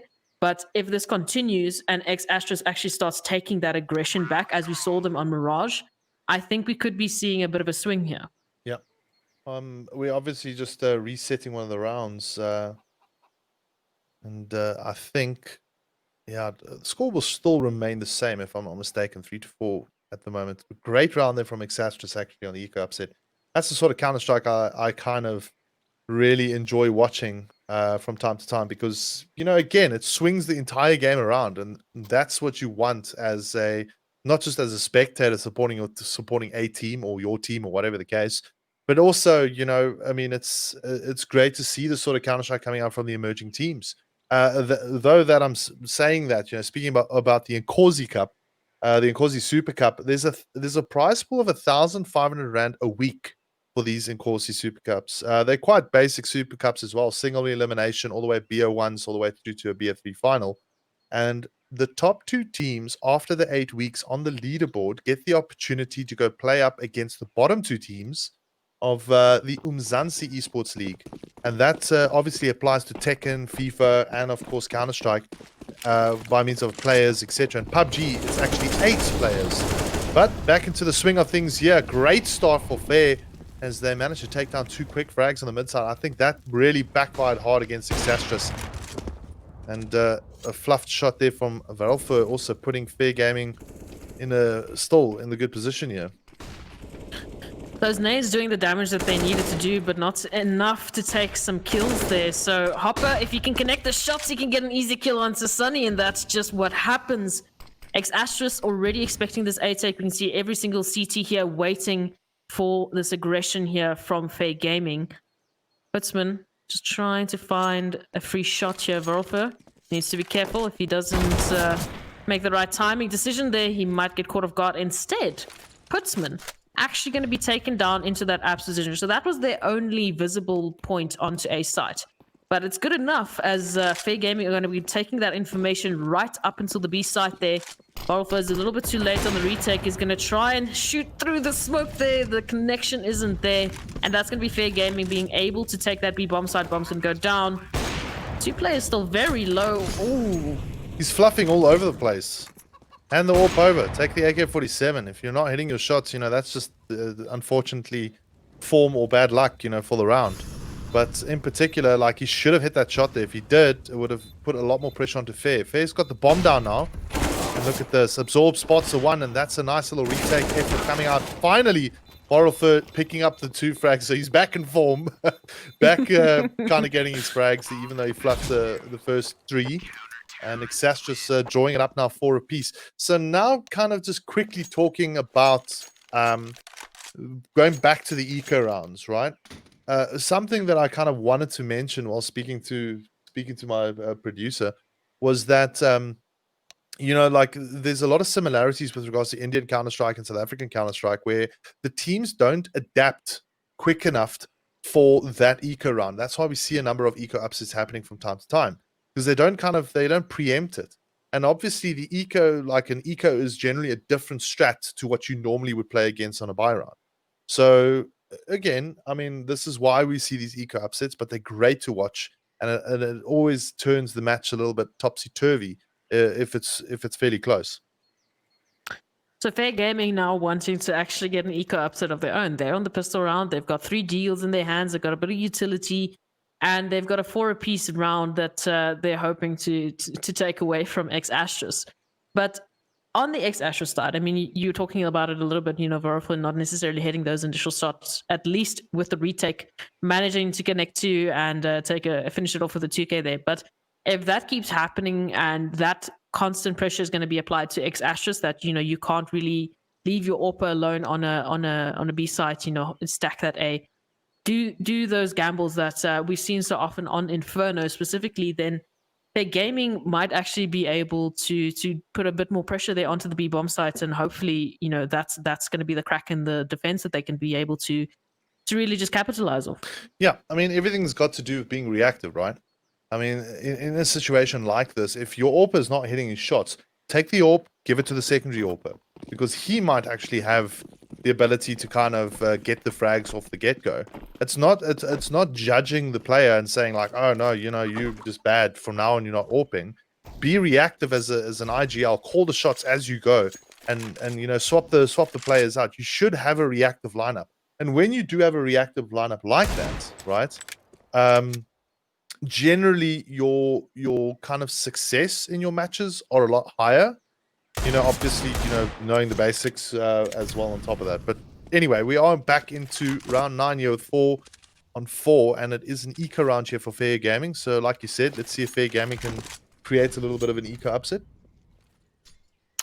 And they're trying to do so. I mean, they've got apps control, they've got a bit of banana control here, just etching towards a potential side take here. Unfortunately, no kills have really gone either way so far. HP literally is perfect, other than Jaded sitting on 99. So really looking pretty quiet here, pretty slow, as both teams are just trying to find those initial peaks there. So a bit of a... Oh, there we go. Vorolfer with the AWP taking down Absorbs, opening it up, looking a little bit stronger so far. And if he continues this, he might actually finish it off with the 3K, as there's 2 players just around the corner. But look at this. This is the response. 30 seconds on the clock. They have to go and recover the bomb. They haven't yet gotten a word in edgewise on either site now. Yeah. So they're forced to take B site with 20 seconds left on the clock. Yeah, that's the thing. I mean, you shouldn't be leaving it up in 20 seconds. I guess you can, specifically looking at this setup now, they're going for a very late eco push. But it's going to be so problematic because your opponents have all got guns, and you can see now Sergeant Ross just making it work here with the M4 of his, and Hopper also chiming in with 1 frag respectively, but still. Eco rounds are always won on fast-paced aggression. That's what I've seen time and time again. If you're playing an eco round, you should target a site, just be aggressive, use your utility, move in there, get the shots. Even if you drop 1 or 2 players, it doesn't matter. You get the bomb down, you get some extra cash in the bank, and the potential chance of you actually winning it is a lot higher, because now you've maybe dropped 2 players in and you've traded out 2. You pick up their guns. You've got a 3-on-2 now when it comes to like matching it up with weapons, and that gives you the opportunity to potentially take an eco round. It's a gamble, and at the end of the day, you need to be able to make those plays. Unfortunately, though, Fair Gaming, nonetheless, going into the 10th round, 5-4 is the scoreline so far. So Astra's just leading slightly towards the end there, and Absorbs making it easy, taking down the AWP there. Zinix though, Wow. such a good reaction, taking down 2, and there's that numbers advantage completely swung around into favor of Astras. Bomb needs to be recovered, site needs to be taken, and control needs to be regained if you are fair gaming now. And unfortunately for them, Axis looking a lot stronger so far in terms of just holding that defense there. The responses are good, the trades are even better. Looks like they're going to be hoping towards taking this B bomb site here, rotating around, just trying to get some control back. They've got the time, and Astras are going to be hearing those executions. So here we go. Still got the utility in the hands of Hopper. That Molly can do a lot of chip damage there as they try and take this B bomb sites. And right now, Fair Gaming just wasting a lot of time there. Utility is going to get used, and rotations are going to be happening. Yeah, tough spot here at the moment now for Fair. I mean, looking at it, it's a 4-on-3. Exastras should rotate in quicker. And look at this. Sergeant Ross has got the angle. He's going to back off a little bit. Utility kind of being set up here now from the CT side. But there's the trade-offs happening immediately. A 3-on-2 now. Sergeant Ross still sitting in this backstage construction area. He'll get the angle, drop the bomber, and that's already a problem here. So now it's RNX. He's the last one left here. He's going to have to solo this out. Can he do it? He needs to be careful on the man on his left-hand side. And time is not going to work out for him, as I was going to get to it. But thank you for reminding me. I wasn't sure if you were going to talk about it. You know, you seemed pretty optimistic, and on my side, I was just like, "There's no way. Yeah, you can't do this." As you said, time. I looked at the clock and I was like, "Oh no!" You see, I was just a second ahead of you, and unfortunately for Fair Gaming, Ashes was miles ahead of them. They read that like a book, and Fair Gaming looked a little bit confused there. They had their execution, they threw the utility, but they're not clearing sites. They're not taking control. I mean, No. A little bit perturbed as to why we just stood still in the middle of nowhere, but nonetheless, shake it off. Let's go into this pistol round. Let's take this pace. Jaded starting it off, taking down Sergeant Ross. Only Hopper left on this B bomb site. That Molly is going to waste a bit of time there. There we go. Recovering the AK Hoodsman with the weapon swap, just barely takes it away. So Astras on the retake now, 2 actually flanking from this banana side. So Volva going to be a lone man coming in from CT here. And Zinix, what are we doing? Just swinging out and taking kills one by one. Nonetheless, leaving it to a 3v4 4K gaming. Oh, I say that. Jaded again with the Tech 9. What are we doing? Trying to get frags. And a very good round here actually for Fair Gaming. Also taking out Sabery, but it's up to Zenex now. He gets a 1, he gets a 2. He's going to try and go for the other one. The other player's far back. He's not aware of the man on his left. And will go down. And that will be... well, a good round for Fair Gaming, managing to pick up 1 here. So, not bad. A very effective eco upset. So, again, I think Exastris was just not expecting it. But like I said earlier, like with the analysis I gave, the Fair Gaming team was taking too long in their previous ecos. This one, they were a lot more aggressive, straight up, got the entry frag, got into the side, and they took control. And that's how you win them. Perhaps they heard you through the grapevine there. Maybe. They were waiting. They just needed some of that analytical prowess there. But nonetheless, they're looking a lot more competitive so far. Managed to recover the AWP there is Jada just running away with the Tech 9. So he's done some good work here for Fair Gaming.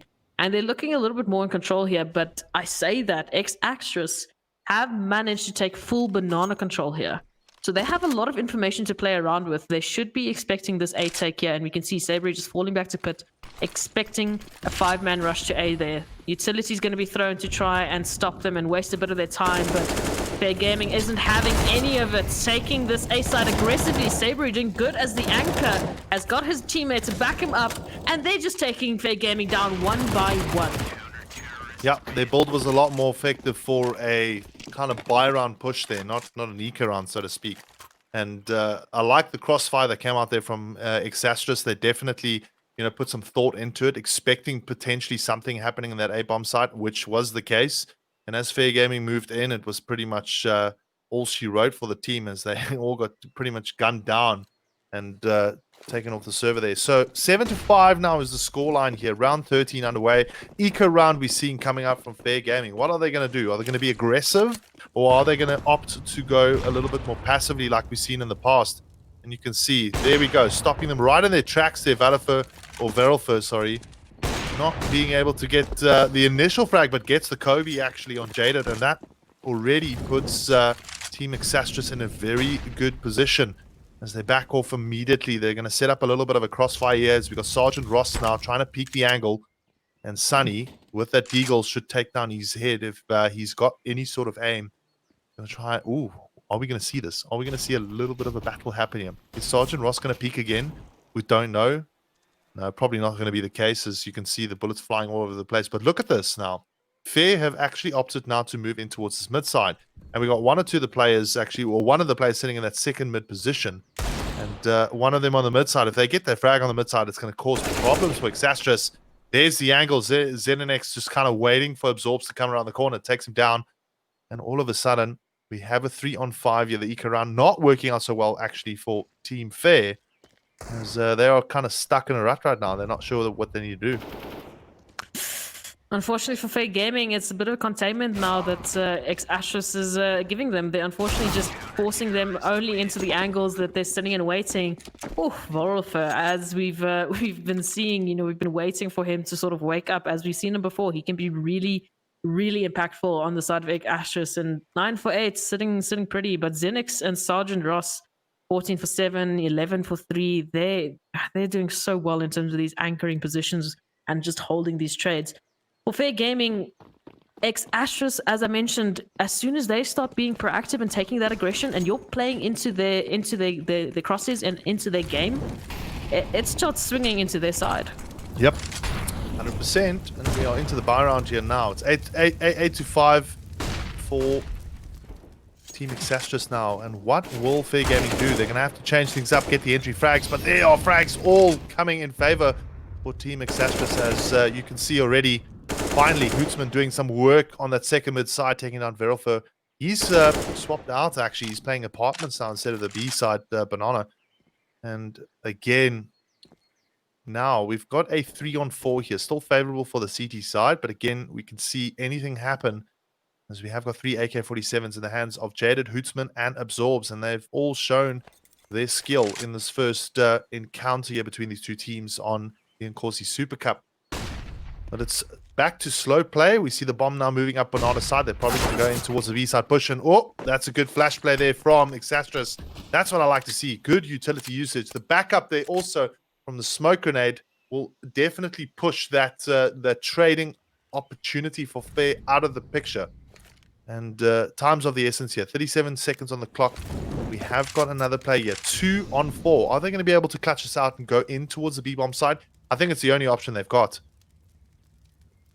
They don't really have any other option. Like you said, there's 20 seconds on the clock. B is the easier side to take here. And then with 2 man up against 4, it's definitely going to be the preferred way to go. Utility going through.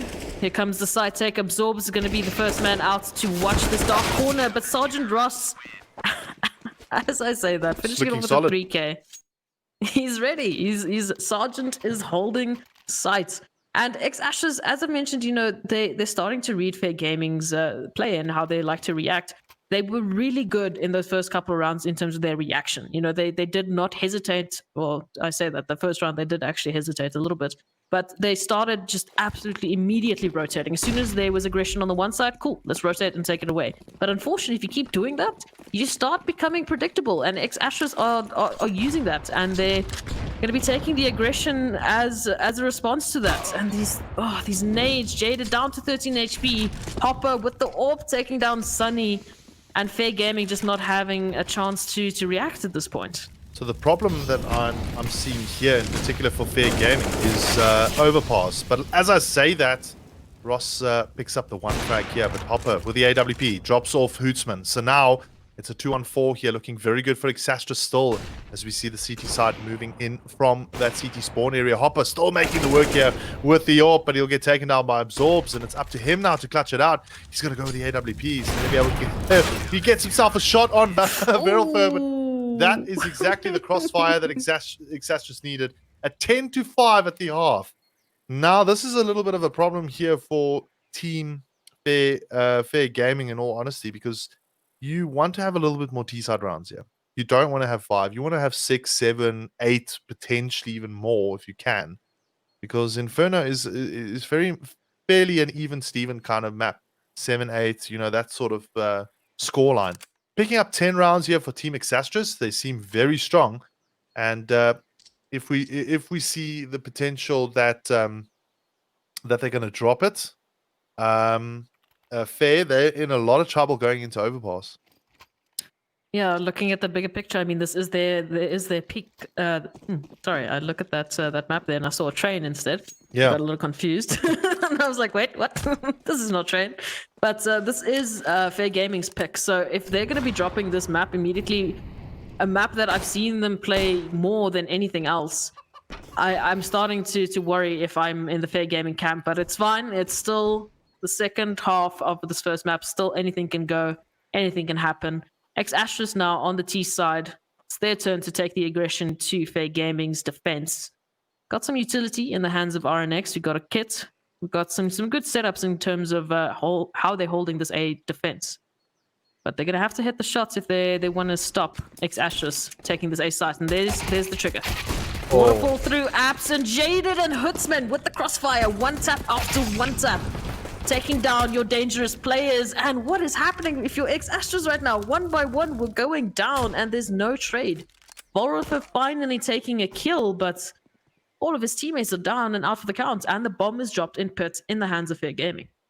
Well, they got wrecked. They're trying to move through apartments. I don't know. The apartments push to me is always something that I never have a lot of faith in, if you know what I mean. Like it's such a bottleneck, and specifically if you've got like a couple of CT side, CT players, kind of holding the angles there on a crossfire. There's almost no way that you're going to get out there unless you're using utility effectively.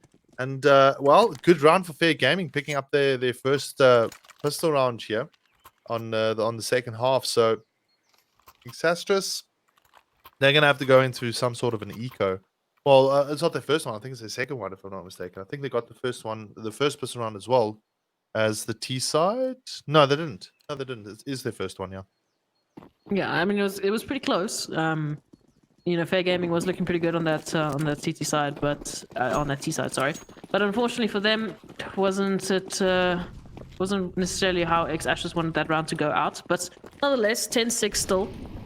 Going up against these MP9s, full Glocks, and again, we see the waterfall, and Fair Gaming are ready and waiting for it. Let's farm some money, Hoodsman. Taking down 2, there is the response from Sabery, but somehow these Glocks are managing to open up the A site. I say that. RNX here with the trade, all left to Vorolfer. He's got an MP9, trying to get a couple of shots there through the smoke, but a lot of work is going to have to be done if he wants to be able to recover this round. I would run in and get that bomb down as quick as humanly possible. That's the only way that I would do this. I wouldn't care about my life. I would try and get that bomb down, just get it planted, that extra bucks in the bank for the T side, and it will definitely help them going into the further rounds. And unfortunately for Exastrus there, they didn't pick up the bomb plant, but it will be a buy round here for them. So we'll see the first buy round come into effect. Now this is where Fair Gaming need to be very careful, because if they're going to keep those SMGs, they've got money to, one or two of them got money to maybe buy up a rifle here. Look at the buy that's coming out from Exastrus right now. It's a full rifle purchase.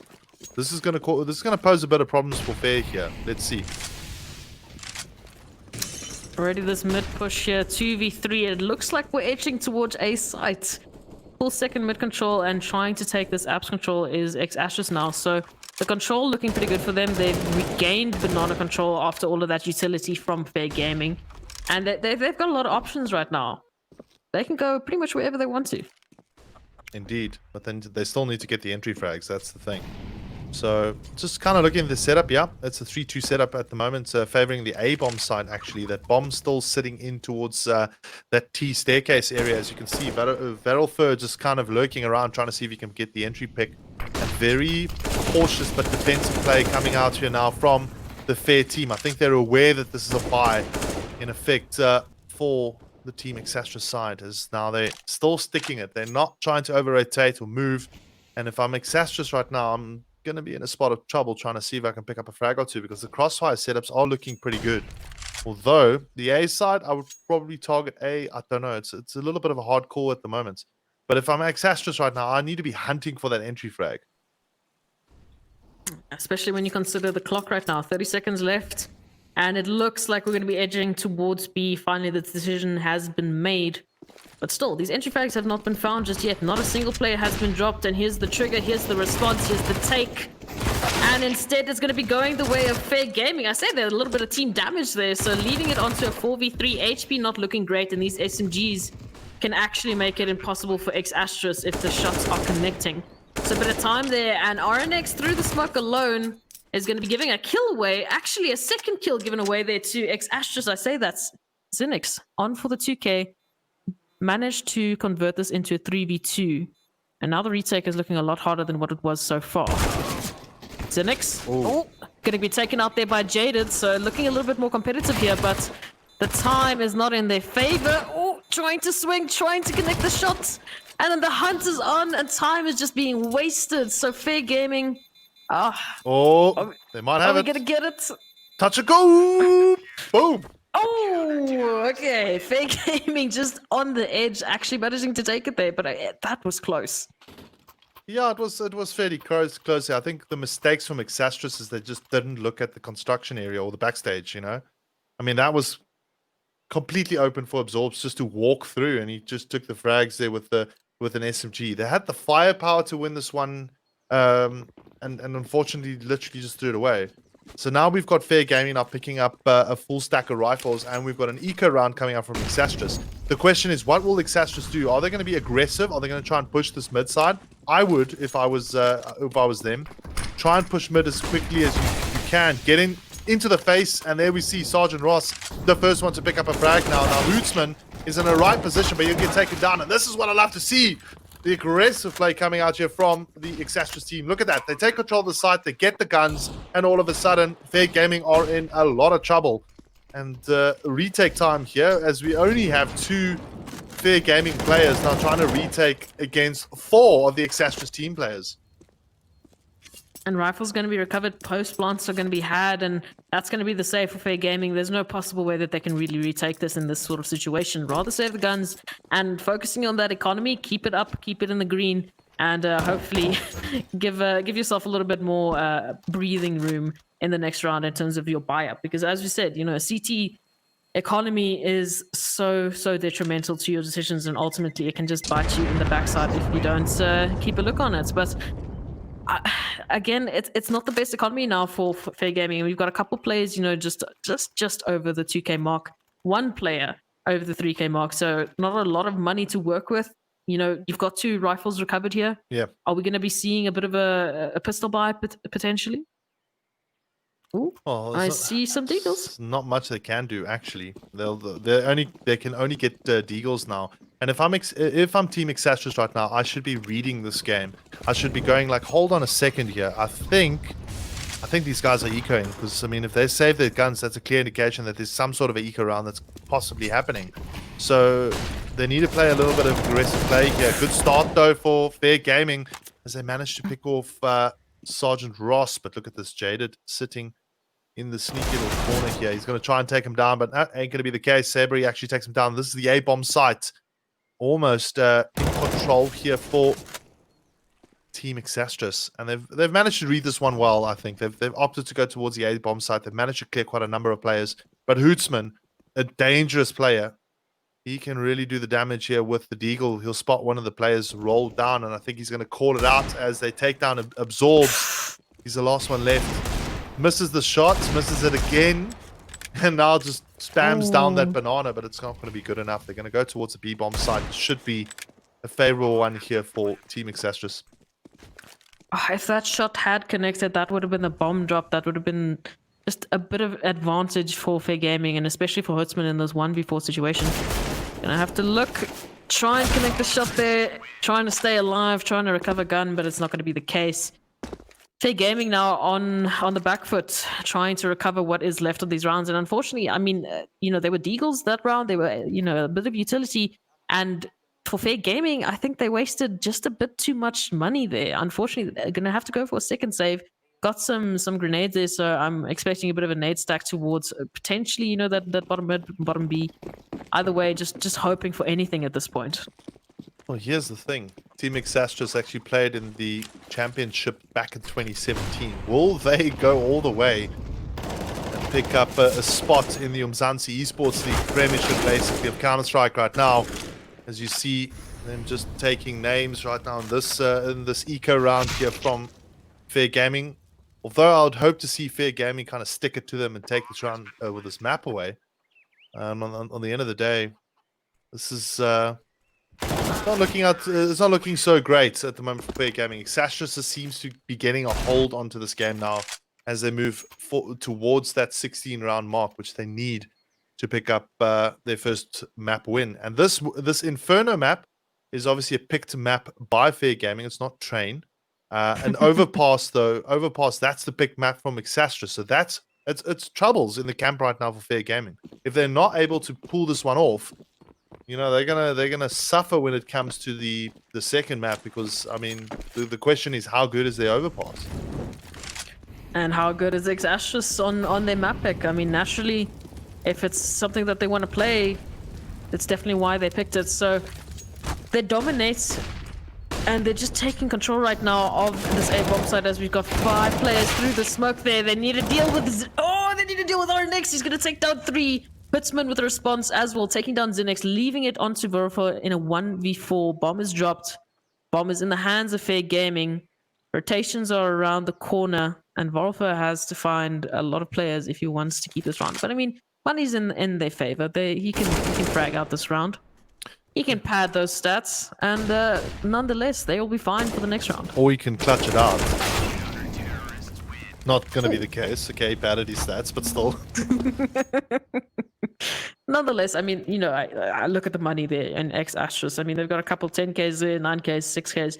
They're looking fine. Whereas with Fair Gaming, any round lost in the next, you know, 3 is we're going to be talking about an eco. We're going to be talking about a light reset, but a reset nonetheless.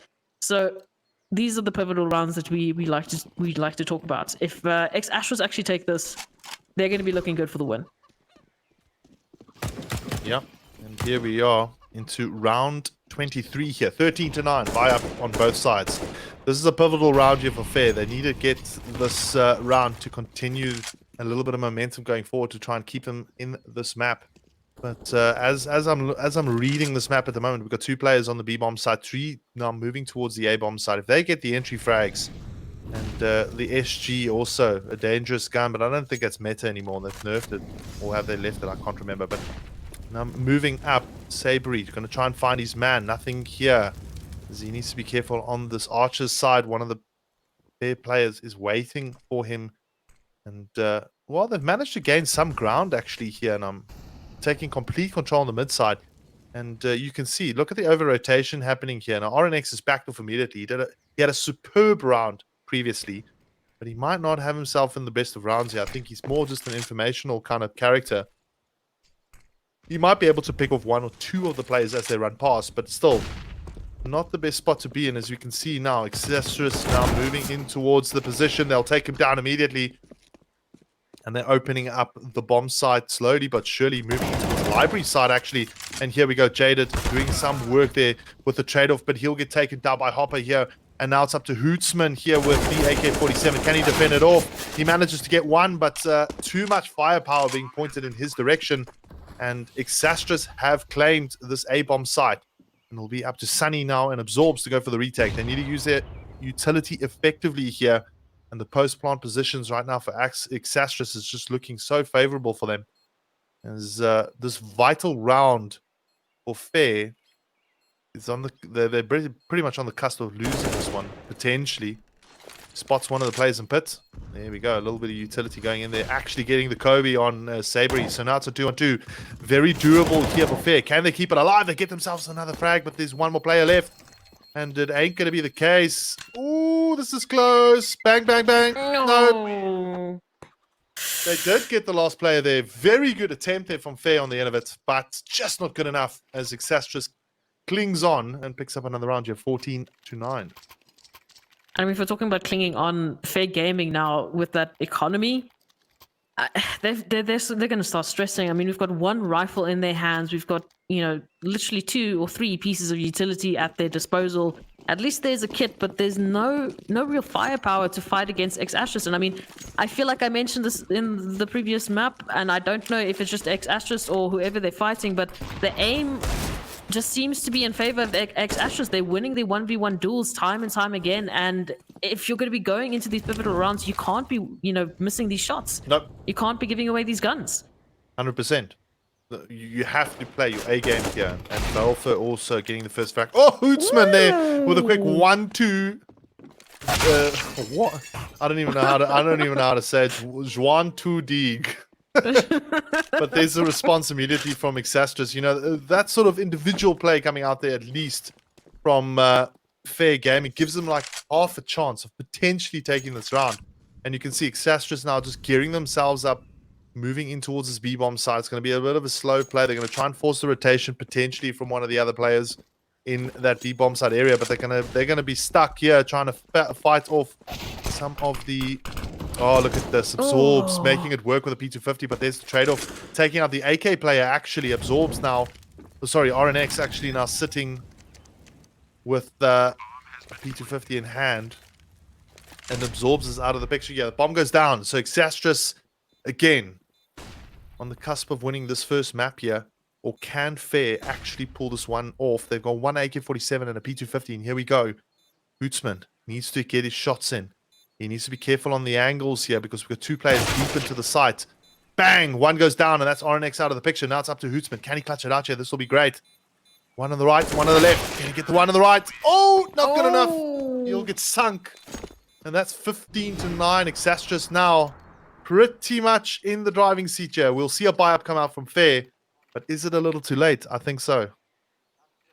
Oh my goodness gracious, 6 rounds that you need to get in a row, going up against a team like X-Astrus that have just been absolutely dominating, absolutely just getting every single possible shot that they need to win this map. And for Fair Gaming now, I'm gonna be stressing because they've been looking strong, and this is their map pick.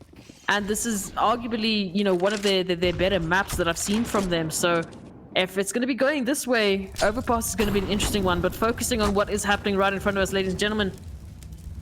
X-Astrus around the corner. Vorafer, there we go, awoke and taking down Absorbs, opening up that B-bomb site, left into a 4v5.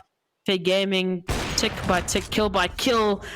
And trade by trade is not happening for Fair Gaming. We're losing kills here. We're losing players. For what? Yeah. Rotations are a little bit too late. X-Astrus just opened up that site like a can of beans. You can see RNX trying his best to take down the AWP here, but he'll get taken down again. This is just not going to be anything worthwhile for the Fair Gaming team. As Velfer all of a sudden just on song with the AWP. Is he going to pick up the 4K here? He might be able to if the player drops on the angle, spots them, and he'll get smoked out. He's going to try and... Oh, look at this. Opens it up. Gets taken down by Hootsman. Can Hootsman clutch it out? Let's see. I believe maybe he will. He's going to go in with an AWP. This is so hard for it to do. Ain't going to happen. And that's it, ladies and gentlemen. First round, or first map going to Team X-Astrus there, 16-9. And a little bit of a problem now for Fair Gaming because that was not their map. Well, that was their map pick. And X-Astrus are going to be taking them into Overpass, which, well, I don't know. I don't think that's going to work out so well for them. I was talking about it. X-Astrus, when they start getting aggressive and they start proactively, just taking the control away from whoever they're playing against, it's such a hard time to recover. And now we're going on to Overpass, which is kind of known for its CT side aggression. I love Overpass. This is going to be perfectly favored for X-Astrus at this point. So they're gaming on the back foot, but there's still 2 maps possible that can be at their disposal to take this win away. Yeah, look, I mean, let's quickly do a little of a post analysis on that one. Like, I think the star players for me for X-Astrus in particular was definitely Velfer towards the end of it. Like with the AWP, it's definitely game changing right there. 21 for 17 was his score. And then kind of looking at the rest of the team, Sergeant Ross was just so consistent, and that's exactly what you need as a team. You want a consistent player. And then together, guys like Sunny didn't really rock up. 8 for 18, that was his score. And the best score that we got there was from Hootsman. He was the only one that potentially could have clutched it out for the Fair Gaming team. But that being said, I think we're going to go to a quick break, and we'll catch you guys for map 2.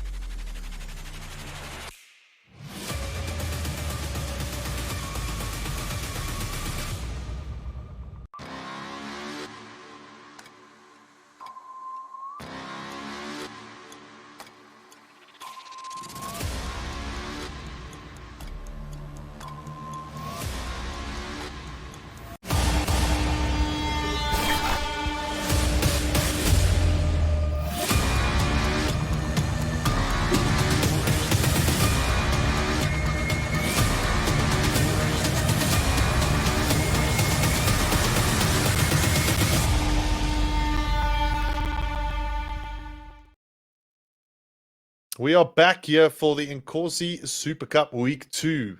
And of course, joining me on the remote caster panel is myself, obviously, and Esmery, Esproxy SWAT. Esmery, we are into map 2 here on Overpass between Team Exastrus and, well, Fair Gaming. I don't know how this is going to work out for Fair Gaming, to be honest. Like, they lost their map pick. So, yeah, bit of a tough one. Look, I've constantly, seen this, teams losing their map pick and then winning their opponent's map pick. I don't know why this is constantly the case. Perhaps it's just the mess attitude that you take into your map. Maybe you're just a little bit too overconfident. Maybe you're just not thinking as hardly about the decisions that you're making. Nonetheless, Astrus looking pretty strong, looking really good, and we're already going to be going into the knife rounds to decide what sides we're going to be going into. For Astrus, I think either side, whether it's CT side, whether it's T, if they just get a handle on the aggression, Yeah, they're going to be taking it away from Fair Gaming. We've seen it time and time again. They're so good with that quick pace and taking that control and keeping it. I mean, the multi frags that are coming out from the Astrus side is really just a thorn in Fair Gaming's side. So for them, they need to regain some of that composure and take some of that control back. I think the biggest thing here in particular is going to be for the T side, whoever plays T side, and how well do they actually keep the CT side guessing. Because the other thing to consider with Overpass compared to Inferno is the rotation times are a lot shorter. Moving from B to A is a lot quicker. Being able to kind of defend of those sites is a lot more effective for a CT side. That's why we see a lot more CT sided rounds. However, when playing T side, I would obviously opt to go towards the A side a little bit more because you got a little bit more openings to kind of work with specifically with the entry fragging. However, B side could potentially be, how do I say, a good opportunity for a team to try and take. But if they've got a solid B side defense, that causes a lot of kind of headaches for the T side in particular. And what actually happens is you get a very one-dimensional T side that'll only focus the A bomb site and from time to time try and go and breach into the B bomb site because the defense is so good, and that causes a lot of problems. That's why we see a lot of low rounds in particular from the T side. But we into map 2 here, and hopefully we'll see Exastrus or Fair actually pull this one off and give us a third and final map. I don't know. We'll see how Fair Gaming can pull it back, and they definitely need to do a lot of work to do so. That third map is going to be a tough one. Nuke is always a swing map, and nonetheless, let's focus on what's happening right now. Fair Gaming onto the take, onto the A side take. Oh, and they're doing pretty good so far. Absorb's taking down Sabery. That flank going down. Unfortunately, too many angles to check Volfer. Getting the one tap, making that a second. Xenix also tied. Oh, chiming in. Unfortunately, getting taken down. But bomb is dropped on the A side there, and Fair Gaming now trying to hunt for these kills. Hutzman doing good, and Sunny chiming in. Oh, with the one taps. There we go. This is what I wanted to see. We didn't really have it in Inferno, but now Sunny is awake. Hutzman is awake, finishing it off with a 2K in the first round. Potentially, if they can keep this momentum, we might see a third map. I'm a little bit concerned with regards to the choice of going in towards the A bomb site on their T side. You know why? Because you need to play to your gun's advantage, right? When you're pushing the B bomb sites, you've got a little bit more closer angles to work with the Glock. But I guess some great individual play there coming out though from Fair Gaming. Being able to use those Glocks effectively gave them the opportunity to get into the sites and pick up the first round. But as I say that, we are into round 2 here, nonetheless, and Fair Gaming are stomping over Exastrus on the start here, picking up a number of frags, kind of leaving them only with 2 players left as they move in towards this A-bomb side. Again, they need to be careful on what sort of kind of play they want to use. I guess the A side's not too bad on close combat, but the USPs generally are so far superior compared to the Glocks when it comes to range advantage. And that's why I would possibly pick the B bomb site in some cases, because you can play on that pillar a lot more effectively. But I guess the A bomb site kind of gives you the boxes as well. So yeah, I mean, I'm not gonna like judge them harshly for it. They've done well. They've picked up 2 rounds here, and Exastrus, well, it's up to them now to try and see if they can pick up some rounds respectively. I'm just happy to see Sunny 6-0. I think it's been a long time coming, waiting to see him wake up tonight, and I'm happy to see it now on Ex Astras's pick. They need to keep this momentum. They need to start off really strong and just hold on to it, because it's going to be a tough ride if they want to have a chance of recovering it.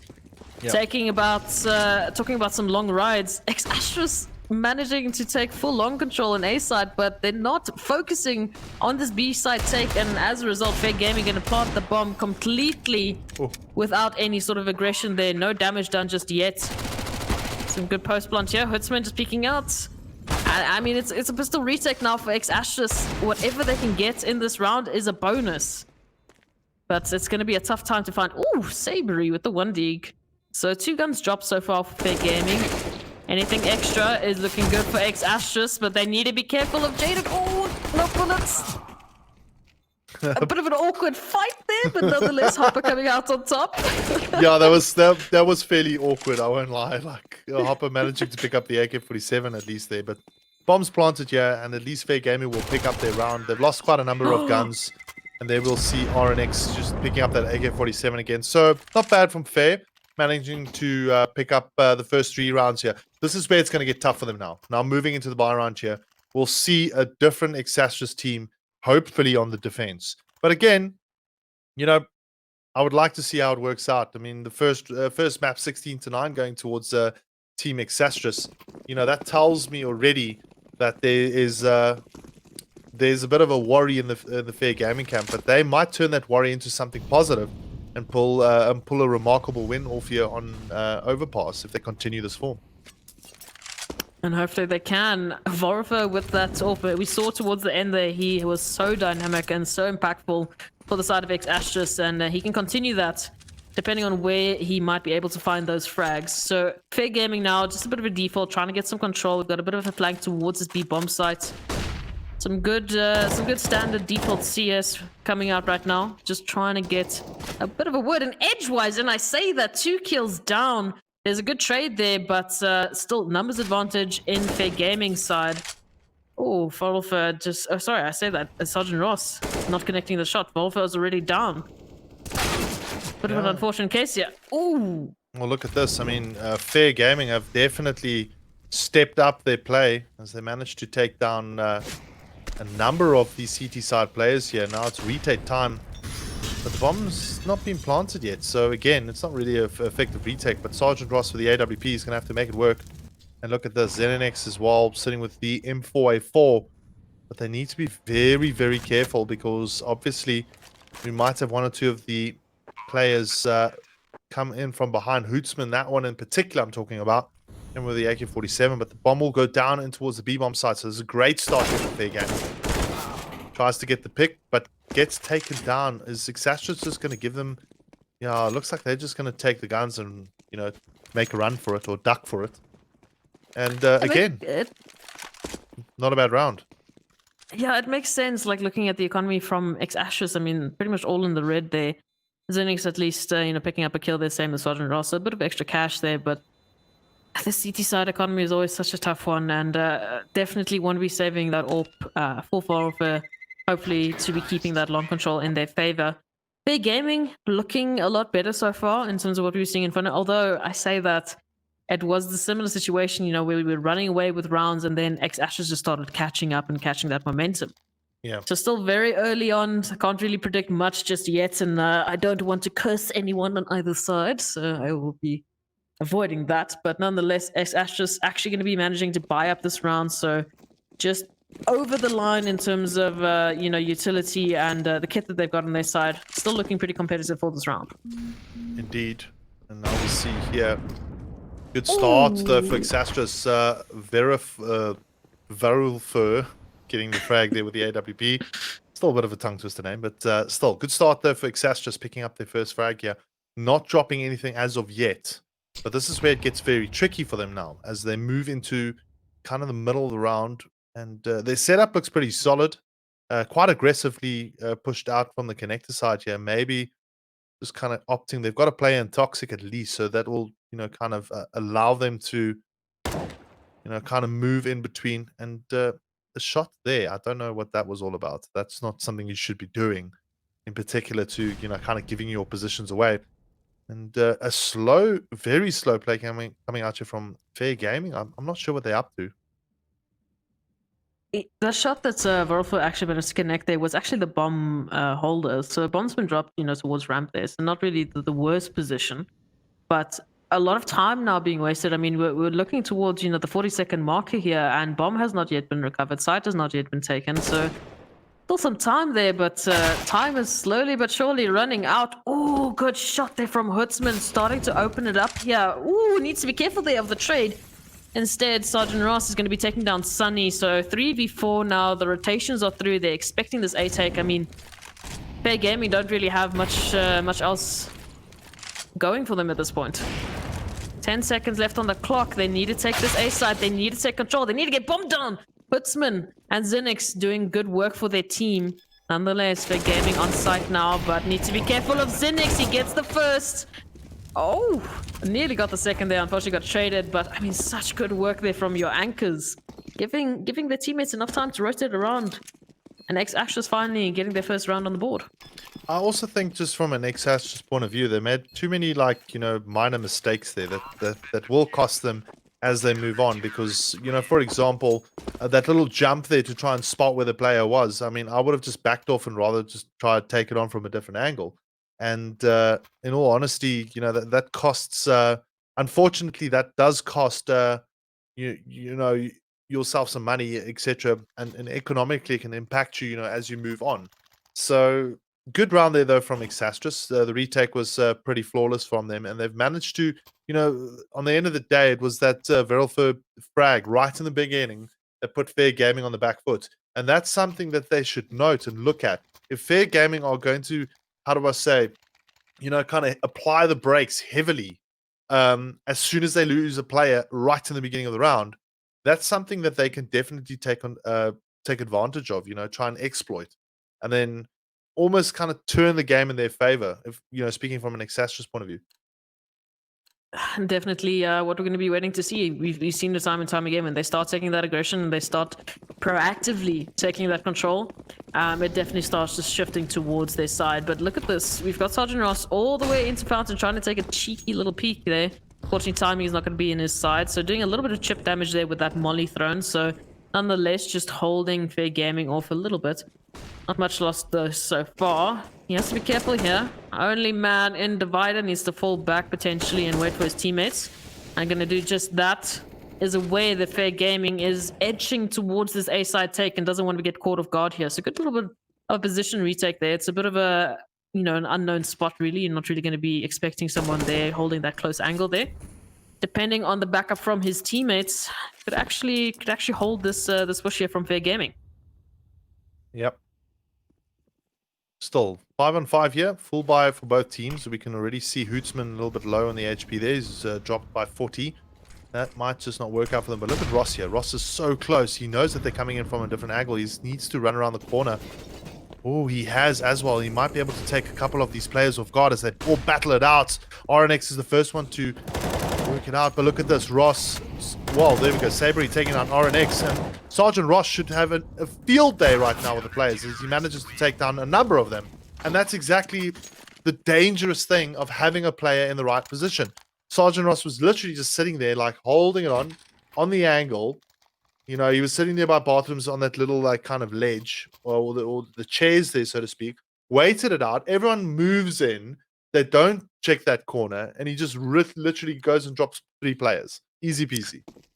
His timing could not have been perfect. I was watching that minimap. I was waiting for it, and literally just by the skin of his teeth manages to get around the corner without Fair Gaming noticing or seeing anything. So beautifully played there. And look at this utility response here from X-Ashes just completely shutting down this pistol round. Trying to take the quick pace here is Fair Gaming, but unfortunately too much utility to deal with. And here we go, Hopper through Monster with some backup there from Savory, taking down 3. Sergeant Runt also timing in. And I mean, there we go, pistol round over and done with pretty quickly there for Fair Gaming, not really getting anything out of it. Yeah, this is when it gets problematic. Specifically when you give Exastrus the opportunity to start gaining rounds, start gaining momentum. How do you stop that? I mean, again, we see the number of the players kind of sitting with with 4,000, 6,000. They've got enough to buy up here. So we should see Fair Gaming buy up. But again, we might see, one of them having problems in particular. I think Absorb's actually sitting with a little bit of high ping there. He's sitting on about 180 ping, 130 ping, but it's actually the other player that's disconnecting. So again, in this sort of circumstances right now, this is where Exastrus can take control of the game. I mean, it's going to be tough for Fair Gaming to kind of conjure up something that they can actually, kind of commit to and try and like bounce back and pick up more rounds. So it's a very tough spot to be in, if you know what I mean. It's an extremely tough one, and I mean, especially as Fair Gaming now watching, all the hard work that you've done to create that gap between X Astros just falling away bit by bit, and there's a mental component, right? I mean, you start second guessing yourself, especially when you're a map down, and the pressure really is on you, regardless of the whatever advantage you've really gotten, because as soon as X Astros catch up and they just run away with it, that's going to be the 2-0 final taken away from you once again. So Fair Gaming, they're so close. They can really take this again week by week. They're in this position playing against some of such amazing upcoming teams, really, and to see both of these teams just taking it out to the fullest of their capabilities is wonderful to watch. And I think if Fair Gaming can just hold that composure, if they can just fix a little bit of these slight timing issues that they seem to have, or just add a bit more stress in terms of staying dynamic, not becoming predictable to X Ashes, and especially not falling prey to an aggressive team like them. They should be able to really just catch up to the competition. But we'll have to wait and see how this map ends up taking shape. But unfortunately for them, just going to be waiting it out, and hopefully they're taking the time to discuss, okay, what's been going wrong, what's been going right. In terms of what has been going right for Fair Gaming, it does seem like that A site is their better option. Yeah. So, I mean, we're obviously trying to just get the players, one of the players back up. You can see he's disconnected.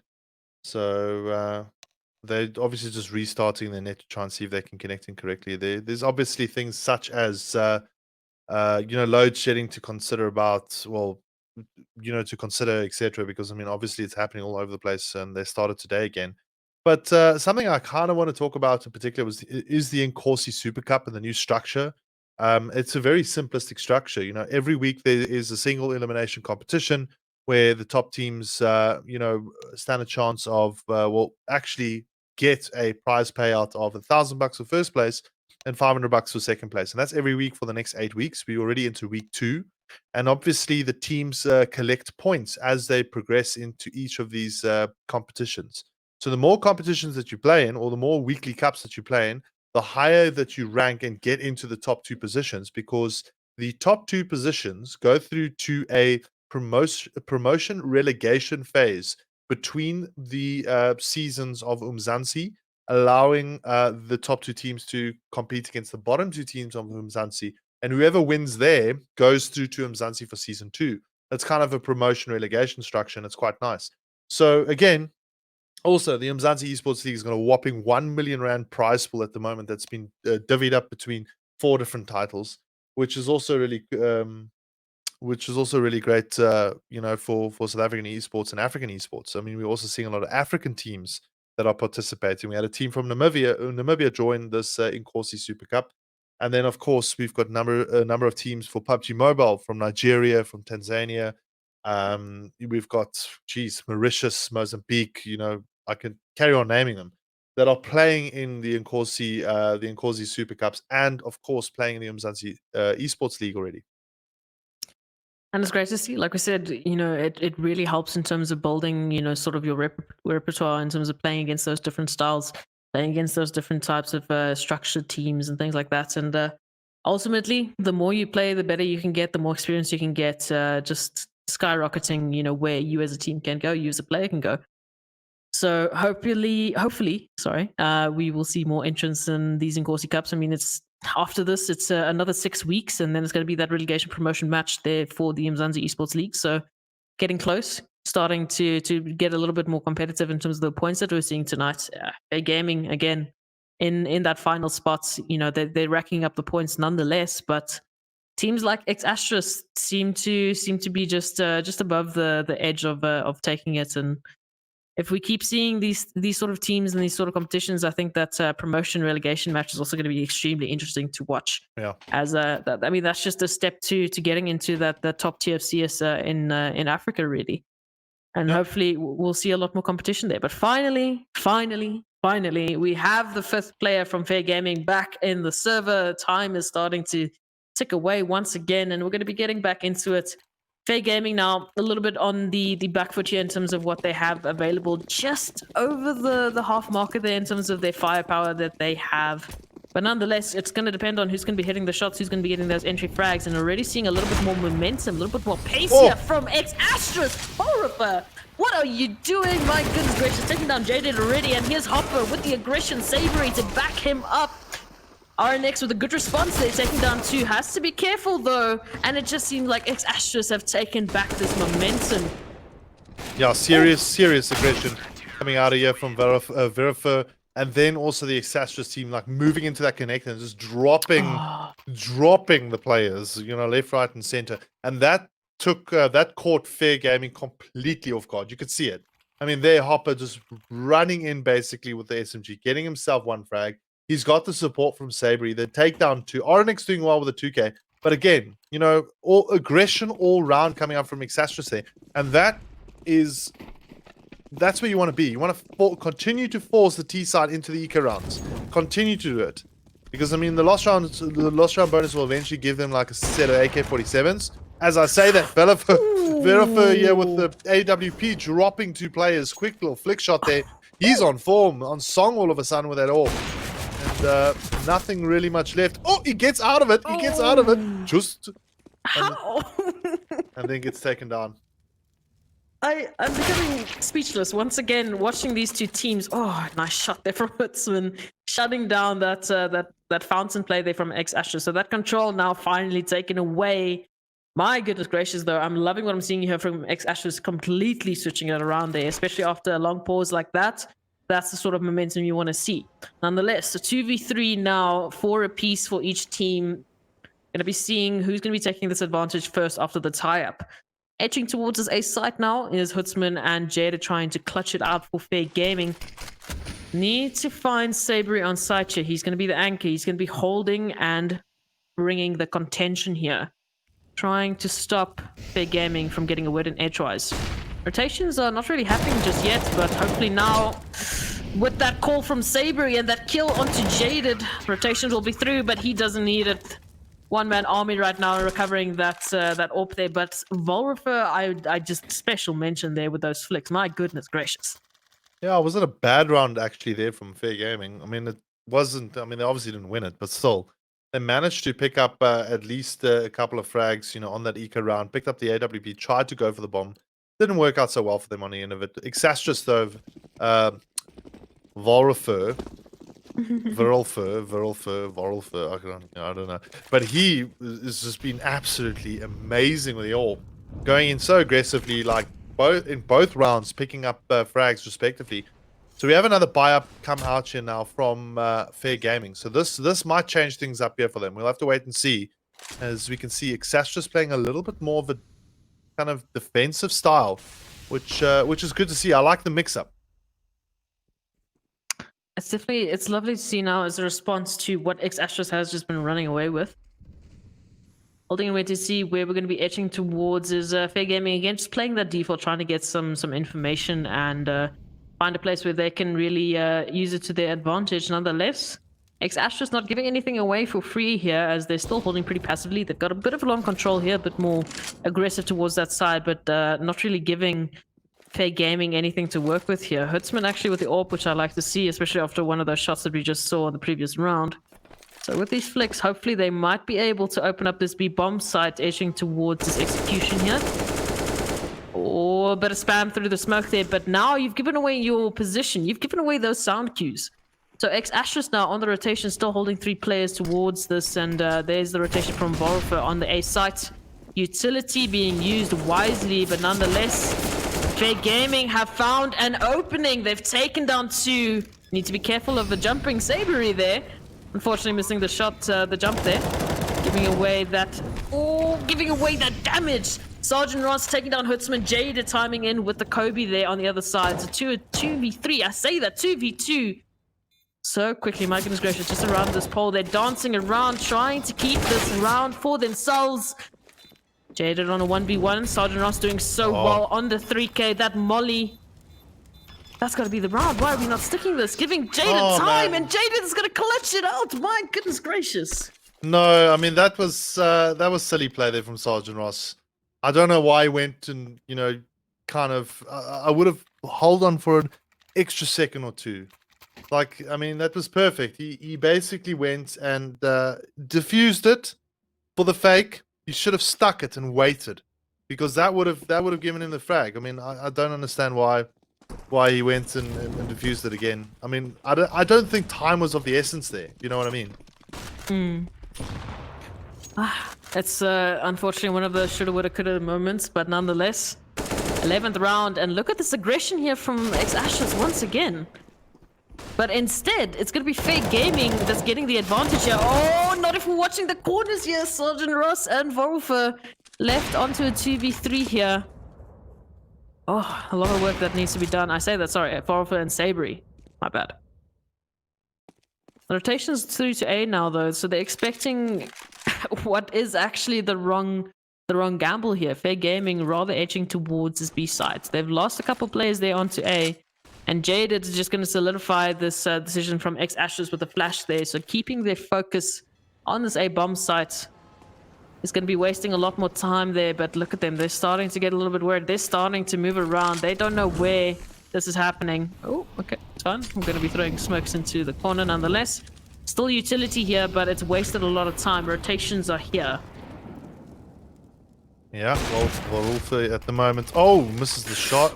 That's going to help, maybe. Oh, look at this. So what play coming out here from Volrulfer as he manages to actually pick up that Kobe with the AWP. What did I just witness? That was some crazy counter-strike coming out there. Very well played from him, and Exastrus back in the lead at 65. But boy, oh boy, Fair Gaming are in a spot of trouble here, just looking at their economy. Not so great.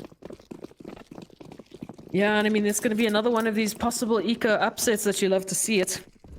But X-Ashes going to be trying to take this control. They need to be careful, though, because Fair Gaming are trying to get up close and personal. Actually stacking towards this B-bomb site, so potentially expecting this eco round here from Fair Gaming. Nonetheless, though, instead, Fair Gaming are so split apart, and that one way from Sabery is doing the work, taking down Jaded there. Yep. And just playing around the utility that they have at their disposal. Yeah, like, I mean, at the moment, if I'm Fair Gaming, I'm going to try and stick together and just go for a site. You know, that's how the eco upsets tend to work. They are so split up at the moment, and you can see Absorb's managing to pick up the one against Sergeant Ross. And he'll pick up, he did pick up a gun there, getting taken down quite quickly. So Sunny, the last one you left here with a deagle, and there's not much he can really do. As you can see, Team Exastrus probably going to end this one off quite quickly, unless we see an amazing one dig shot coming up out of him in the bathroom area. He's not going to go for it either. So again, just kind of biding his time. I don't know. I mean, there's not much he can do. They spotted him, so they know where he's sitting. And now they're going to try and chase him down. So again, I think from that perspective, if I was Fair Gaming, I would be opting to rather stick together and go for a site. Possibly the B side would have been the better one, in all honesty. On a pistol round, you know, you don't have the best firepower. You're on the back foot. At least keep the numbers together. Keep that advantage in your favor whenever you're trying to take on a fight. You know, don't make it a 1v1 with you having a deagle. Make it a 1v5 in your favor with all the your teammates back. And again, almost trying to get hold of the site, but Exastra still seeming to be in control of this at the moment. Numerically, they're 3-2 at the moment. The bomb will go down, and there's a spam smoke from ZNX, and he'll get taken out. So there's a little bit of a trade. Can Hootsman go and clutch it out here? Oh, he tries to follow down one of the other players. The bomb's on the floor. A lot of pressure on his back, but he gets the one shot. So now it's a 1-on-1. Can he pull it together? Sabery sitting in that connector side. Oof, the molly's not the greatest, but it'll work. He actually takes the bomb out of contention here. And at this moment, can he close it out for the ace here? This will be crazy to see, but it ain't going to be good enough. As Sabery, unfortunately, dropping him on the end there. 8-5, Team Exastrus. I feel like we constantly get put into these 1v4, 1v1 situations where there's an ace on for the winning there, but Ashes just seem to be, as a team, as a whole, you know, they're fragging out, you know, pretty equally. And I mean, I've seen round and round again where instead of, you know, it's being one player that's getting a 2k or a 4k, in the case of Fair Gaming, it's a 1 apiece each, and Ashes just seem to be a little bit more solid at this point, but we'll see if Fair Gaming can take these possible last 2 rounds, hoping to make it a bit of an 8-7 half there, just a bit more competitive. As you did say, it's a bit of a slight CT-sided map right now for Ashes. They just seem to be taking through this aggression, and it's working for them. Yeah, look, from time to time, it would be an 8-7 or a 9-6, so to speak. And Fair Gaming still have the opportunity to do that, at least. You know, getting the first frag on Sergeant Ross there, who's been playing really well. 14 for 10, though. Not the highest on the frag list, but still being able to get the influential frags. But as I say that, Sunny actually getting the frag onto Varulfa.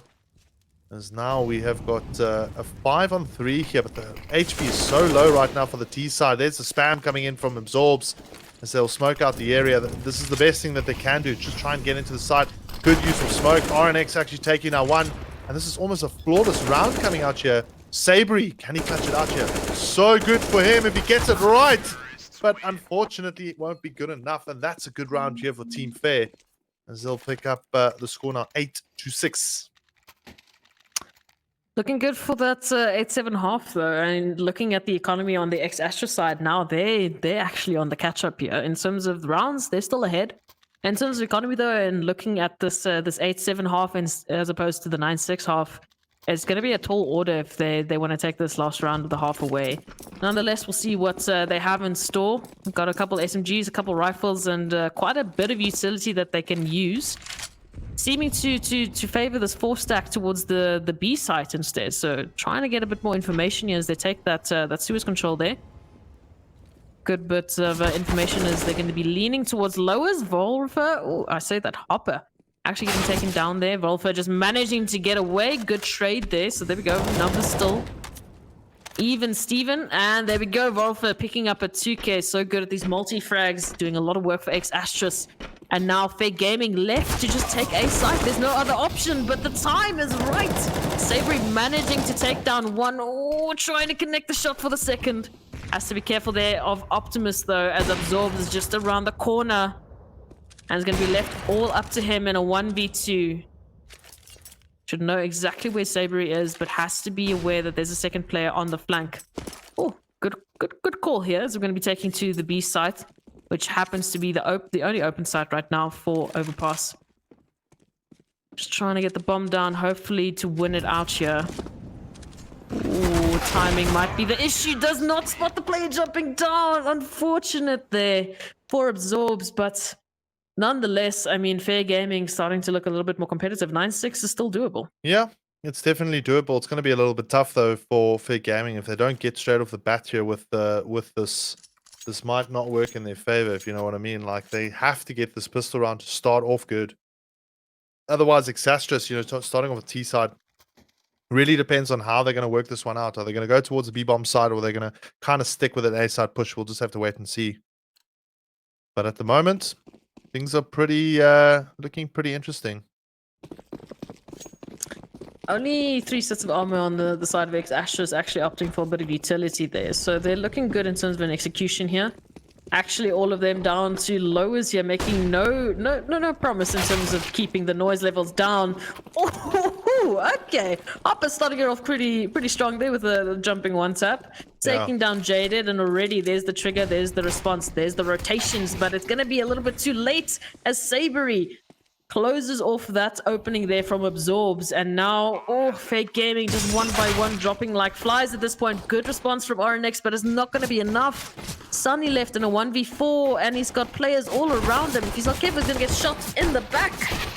Oh, so many bullets being exchanged there, and it's just like, not hitting, and then finally Exastrus getting the last frag there. But good round for Exastrus. They've opted to go for that A side push, and they've effectively done it. Again, bit of a problem right now for Team Fair, if you know what I mean. Like, this is going to put them a little bit on the back foot. Exastrus now only 6 rounds away of potentially walking away here with a 2-0 on the grand final of week 2. I feel so bad for Fair Gaming. Time and time again, they get so close, but it's still in the works here. That's still a possible, especially with the nade stack. Unfortunately, though, it seems to be another sort of yin-yang situation where CTs and Ts are going to be swapping positions as Ashes completely takes B bomb site. Need to be careful now for these pistols that are rotating around there and trying to find the shots there. I mean, it's not really a round that you're expecting Fair Gaming to do anything with, but Hutzman at least taking down one. And nonetheless, Ashes looking extremely dominating at this point. Yeah, look, I mean, it's still too early to tell, if you ask me. I think Fair Gaming still has an opportunity here. Unfortunately for them, they're going to have to suffer another potential loss on the eco here unless they stack a site. If I was them, probably go stack the A-bomb site just to see if that's a potential opportunity. Or looking at the buy round here, we've got 2 other players that have picked up Mac 10. So to me, that also tells me that Exastrus also, they're reading the game right, if you know what I mean. Like, they know this is another eco round, and we might see Hopper actually pick up a number of frags there. But as I say this already, Hopper doing the work, and actually only picks up the 1 there, but still. Quick drum down here of frags for Team Exastrus, as they know they need to get a move on, moving into the next round. That's going to be the particular, how do I say, almost impact round, really, for Team Fair. And now a 2v4. I mean, Sabri down to 2 HP, so potentially a victim to one of these pistols here, but only a max 10 recovered. No utility really to work with other than the 1 flash. It's really just a bonus round here for Fair Gaming. If they can get any sort of extra kills here, it's going to be extra money into the bank. It's going to be extra momentum and extra firepower that they can use for this next buy round. So they're just going to be going for it, hoping to get the kills there. Unfortunately, just no connections, no bullets really connecting to any of the Exastrus players there. Nonetheless, 12 rounds to 6. Fair Gaming now finally looking a little bit more competitive, as they will be able to buy up. We've got the AWP in the hands of Hutzman. We've seen what he can do with it. So what I want to see from Fair Gaming is just taking a little bit more, aggression there, taking some control, taking back these rounds, and double AWP setup here. Well, this actually might change it around. It's a very dangerous round. That's why, because I mean, the 12-6 already down, and if Exastrus takes this one, it's going to force them right into another eco round, which means Exastrus can pick up 14 rounds, so to speak. And that in itself is a potential problem. But we'll have to wait and see as we now move into it here. Look at this. Exastrus is picking up frags quickly. But Rulfer and Hopper already on the scoreboard for the round here. And Sergeant Ross needs to be careful of that AWP on the left-hand side. Good little use of smoke grenade. That's going to allow his team to actually move in. And he gets the pick on RNX. And easy stuff here as Exastrus move in. But they need to be careful of Hootsman, who's also on song with the AWP, as you can see him take down there. Now it's the dual AWP coming out. Can they make a difference with it? I don't know. It's too many bullets flying all over the place. If I'm Team Exastrus right now, I'm just going to back off and just hold the angles. I mean, these are 2 AWPs, really. Don't stand in front of them. Yeah, they have to find you, so let's make it as difficult as possible for them. So the retake now for Fair Gaming, and what a retake to have. I mean, 2 AWP retake. You got to find 3 players. You got to get the bomb down, bomb defuse, sorry, there. But by the looks of it, Fair Gaming rather just going to be opting for the savior. I mean, economy is not looking great.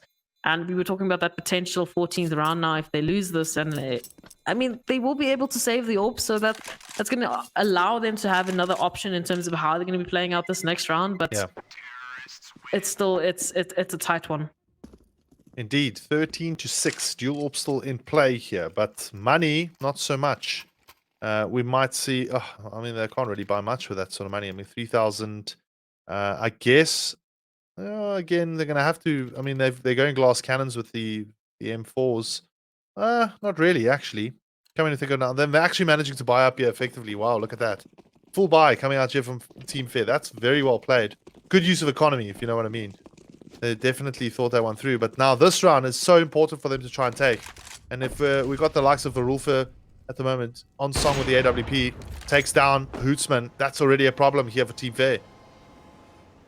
I mean, that was your impact player from that last round, the only one really taking any sort of frags away from X-Astras previously. So there's that opening, that potential taken away. I say that, Jaded, the other AWPer, ready and waiting to take down one of their own. Sergeant Ross actually also getting taken down there. So that's going to give them some time. That's going to give them that number advantage back to the even ground there. But nonetheless, still a lot of work to be done.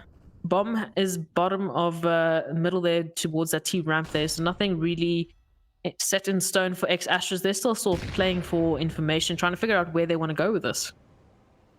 Indeed. Oh, good little boost there. Absorbs taking down Vorulfer. There we go. Those impact players, Sergeant Ross and Vorulfer, taken out, but you still got to deal with some pretty heavy hitters on the X-Astras side. And Zinix just hunting for that kill onto the AWPer Jaded.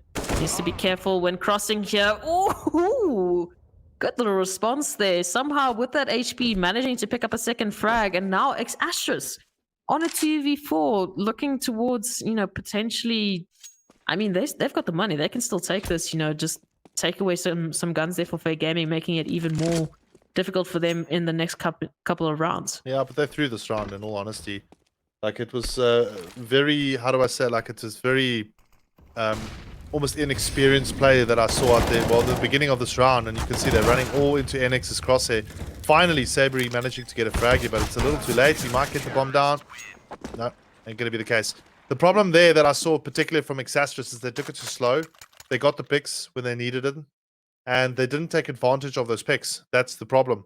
So Fair Gaming were allowed to rotate back into different angles, etc., and the guys were just stepping out on very kind of easy angles, if you know what I mean. Like, it wasn't anything challenging, so to speak, for the CT side. So again, that was X-Astras just making some basic fundamental mistakes. Like, you can't have that, when you're playing in a grand final. And definitely not when you want to take that 2-0 lead and take that 2-0 win. But nonetheless, good aggression here from X-Astras. They've already got some serious control here, looking towards taking this B bomb site. Already on short, Sabery lonesome by himself, just peeking out. Needs to be careful. Ooh, manages to take down the kill onto RNX. Oh, good response there in terms of utility, but look at this. Absorbs through middle, taking down Vorulfer. That's the AWPer down and out for the count. Nonetheless, still even in terms of the numbers. Oh. Where's the support? Where's the support on the mid side? Vorulfer was completely on his own, completely taken off guard there. And when you're playing T side, you should always be playing with a pair. And that, again, fundamental mistakes I'm seeing coming out here, but Zen and X managing to clear it up here, picking up one, putting us back on a 2-on-2 here, and Fair Gaming under a lot of pressure right now. He's going to hold the angle and take down another one. So it's Sunny that gets picked out of the situation. So Zed and X, the one that actually helps pull it together here. But they need to be careful of Jaded here with the AWP. He's going to come around the corner. Oh, gets the spot, takes down Hopper, but gives his position away. Who's going to outsmart who? It is going to be Jaded, and he'll take them down. Again, fundamental mistakes I'm seeing coming out from X-Astras here. They're almost at the point where they might win this one, and they are dropping the rounds because they are not consistently thinking about the mistakes they're making. And that, again, you cannot do in a grand final. They need to rethink their approach right now. Like I mentioned before, I've seen time and time again opponents winning, their opponent's map pick, then dropping their own map pick, and then I start to wonder: is it a case of confidence being a little bit too high? Are you not thinking through what you should be doing every single round as much as you would going against someone else's pick? Or is it just a case like now X-Astras potentially just not thinking about, listen, we might have the map advantage, but we could still take this to a third map, and something like Nuke can be quite the swing. I'd say that. Look at this from X-Astras now. Good response from Fair Gaming, taking down two, but nonetheless, I mean, they at least almost have the site, but they need to be careful. Hootsman just around the corner, waiting to take down these low HP players. Yeah, this is all about angles right now. They're opening themselves up. Oh, he almost doesn't get the shot in. The bomb goes down, and it's going to be up to the two X-Astras players that we've got left here, Verulfa and Sabery. They're going to have to try and get the picks up here. It's a 3 on 2 situation again. Great aggression coming out, but there, like simple angle. Why watch there? Why you should not be picking on that angle because the AWP is going to take you down, and now it's up to Varulfa here to try and make it work. And again, great response from Fair Gaming here. They might take this one from Exastrus. And let's see. Can he clutch it out here? This will be great to see. He goes for it, but he wants to take on the AWPer, and the AWPer's going to take him down, unfortunately. 13-9. Fair Gaming are starting to slowly but surely creep their way back. 4 rounds difference here. And Exastrus, unfortunately, blew that opportunity. So, again, I don't know how this is going to work out, but it looks to me that Fair Gaming are starting to gain some momentum. And I mean, X-Ash is going to be on the savior, so this is a potential 10th round for Fair Gaming. In terms of firepower, I mean, you can see it for yourself. They should definitely be taking this, but we'll see. And there's going to be an eco upset. Good little bit of a momentum here from X-Astrus, not splitting up with the pistols, which is tend to be the detriment for them so far, but going to have to see if they can take down Jaded. Oh, absorbs there with the AWP. Good response. But Jaded right now just having a field day, bit by bit. There's no real even fight here for X-Astrus. Unfortunately, not using the numbers to their advantage. And now Zenix, lo and behold, behind him, Sunny is hunting for this kill. And he has to deal with 2 players. Depending on the timing here, he's going to get taken out. Jaded finishing it off with a 4K there. My goodness gracious. I mean, X-Astrus honestly just giving it to Jaded there. I mean, 1 by 1 peeking there with pistols. It's another fundamental mistake that they seem to be making. Yeah. Well, another thing that you can kind of look at from an Exastrus point of view, they'll be able to buy up now, but they need to be careful here. In particular, the money's not so strong on Fair's side. They've managed to creep every round, like, creep up and pick up the round, respectively. But 13, there's a 3-round difference now. Now it's a make or break round here, and Fair Gaming have taken complete. They've done the correct thing on being able to take these clutch rounds, being able to actually take the frags necessary to keep them in the game here. And Exastrus, unfortunately, wasting a number of rounds here might actually end up costing them. But we're looking at the setup here. There's this long drive push coming out now here from the team. Jada needs to be careful. Spots 1, and there's also Varulfa being taken out. Again, the guys are not quick enough to take down the AWPer. They need to hunt him down because he is on fire right now, Jaded. All of a sudden, out of nowhere, picking up a lot of frags. And finally gets taken out. But still, problems here for Team Exastrus. They're not able to capitalize on it. They do well, and all of a sudden, they open up the bomb site. What has just happened? It's Absorbs now coming in from the A-long perspective. He's trying to spam it through. And there is a lot of trades happening here. Now, all of a sudden, a 1-on-1. Sunny's so low on HP. ZNX. The bomb is planted for his position. So the post-plant position he's in is fairly good. And will take it down just the clutch moment. Not working out there for Sunny. And Exastrus pick up another round finally. But still, I think that round should have gone to Team Fair, to be honest. They've done so well in picking up, rounds respectively.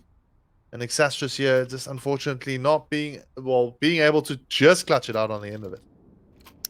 CSGO timing or CSGO at its best. If Absorbs had just been sprayed a little bit to the right, that would have been the bomb down. So unfortunately for them, they're going to be on a bit of an eco round here. Deagles all around almost, and a bit of utility. So, potentially if the Juan Deags are there, it could be a swing, but we're going to have to wait and see. Jumping shots here from Sergeant Ross and Hoodsman. Wow. Time and time again. There we go. Takes down 2. Gives Fair Gaming a bit of a word in edgewise and potentially a foot in the door to take this round. So the rotation is going to be happening immediately, trying to deter X-Astrus here, but they're going to be a little bit too late here to actually be in a good position to take these fights. So bomb's going to be going down. X-Astrus a bit more prepared for this round. They've got the post plants, and they're pretty much still on even terms in terms of numbers. Oh, that's disgusting. That was disgusting. But anyway, carry on. Wow. Wow. No, you said it right, and I have no other words to say other than what are you doing? RNX and Sunny, though, still in this. Wolfer now left in a 1v2. Unbeknownst to him, how has this round gone the way that it has? They have the utility. Bomb is getting tapped. He has no idea that RNN is sticking it. No, RNX! How did you run away with this again? Taking a paid page out of X Astros's book, and there we go. We've got the ninja defuse basically happening for Fair Gaming, and I'm pretty sure X Astros was exactly in the situation in that first semi-final there. So, oh my goodness gracious, that's not going to be a good pill to swallow there. Yeah, well, I think it's time that they start swallowing these sort of pills, to be honest, because it's very clunky play that I'm seeing coming out of Exastris here. And unfortunately, you know, they just they're not working completely as a unit. And that's why, you know, we saw the previous round them being quite effective. But this round, they lost it. They lost it because, you know, they get the one great kill, but they're pushing too aggressively as the CT side. You basically become the defensive side once that bomb goes down. And now we're stuck in a situation here where Fair Gaming might potentially still snatch us from Exastris. It'll be a remarkable comeback. But the start off, not so great for Team Exastris here. Look at this, a little boost that might come out. No. They're trying to see if they can spot something. But they're not aware of one of the players waiting right around the corner there. Also, clumsy play, taking too long. Getting taken down. Sabery finally picking up a frag here, respectively, takes down Hootsman. And what is happening here? I mean, the Counter-Strike that we're seeing from Exastris has just not been top CS at the moment. It's been a little bit all over the place. They need to kind of put their thinking caps back on and actually start, you know, working towards getting some proper frags and getting into the site instead of throwing frags away. I mean, why boost there for so long? You know that you're going to get taken down. And here's a potential angle that we might see Varufa be able to take advantage of and equalize it out. 3 apiece is going to be tough. Here comes Absorbs. Absorbs is going to be under pressure. There's a trade-off at least. Sergeant Ross does it. And Varufa also, nade in hand, should not be sitting with that nade. He's going to try and go for Jaded. Jaded's been so effective with the AWP. And again, not good enough. Not good enough. That's going to be another round here for Fair Gaming, and I think it's a good definition about what's been happening. X-Astra's constantly in a situation where they're like, oh, what am I looking at? I'm looking at two players looking at me, and I can't shoot both of them at the same time. There's not a potential where, you know, you can flick that quickly or your bullet will just curve around to the corner, and that seems to be the theme that we're seeing. Fair Gaming constantly, you know, taking fights in a 2v1 situation. They have the advantage time and time again, and they're creating those opportunities, whereas X-Astras are just sitting and looking sort of lost for words there as they're trying to figure out what's happening or why they're losing these rounds. But I don't think, you know, what I want to see is I want to see a pause. X-Astras talk about this. Why are you losing these rounds? And fix it. Because you're getting to this point where Fair Gaming are just around the corner from taking this away from you. Yeah. 14-12, and again on a pistol save. Running into the crosshair of Hootsman. They're going to try and sneak in here with these pistols. They get the one frag, not badly done. They managed to pick up another one. Pick up the guns. Come on, guys. One of the guys have picked up the guns. And they need to quickly seal off the site. So it's not a bad round here that we're seeing coming up from Team Exastris. Possible eco upset actually might happen here. But again, Fair Gaming, they've done the damage, but not good enough if you ask me. They should have actually taken out more.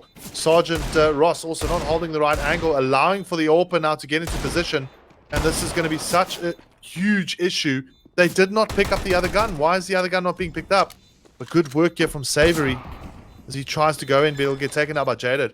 They took down 2 guys there. Did the other team member not have a gun? I'm pretty sure he did. I think there was just a little bit too much of a rush. What? Oh, okay, wait. Can we have a timeout to discuss what just happened? So Fair Gaming managed to take down all the players there, but there's not a single kit in their camp. Oh, not my a single word. player in Fair Gaming with 2 to 4K respectively have a kit for this round. I need to stop you there. I've been going at Exastris here for fundamental mistakes, but what was that? Like, what?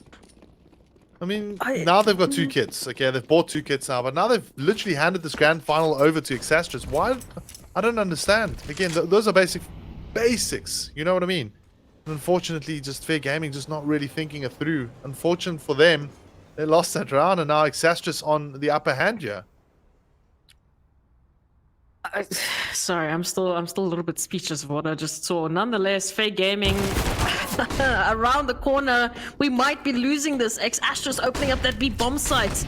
So good rotations around the corner. They've got a couple of numbers to work with, but they're not getting the kills out in the corners, holding up utility, giving free kills away here from X-Astros. And Jaded, same sort of situation, running out with utility in hand, not really focusing about what's around the corner. On for a 2v5 now.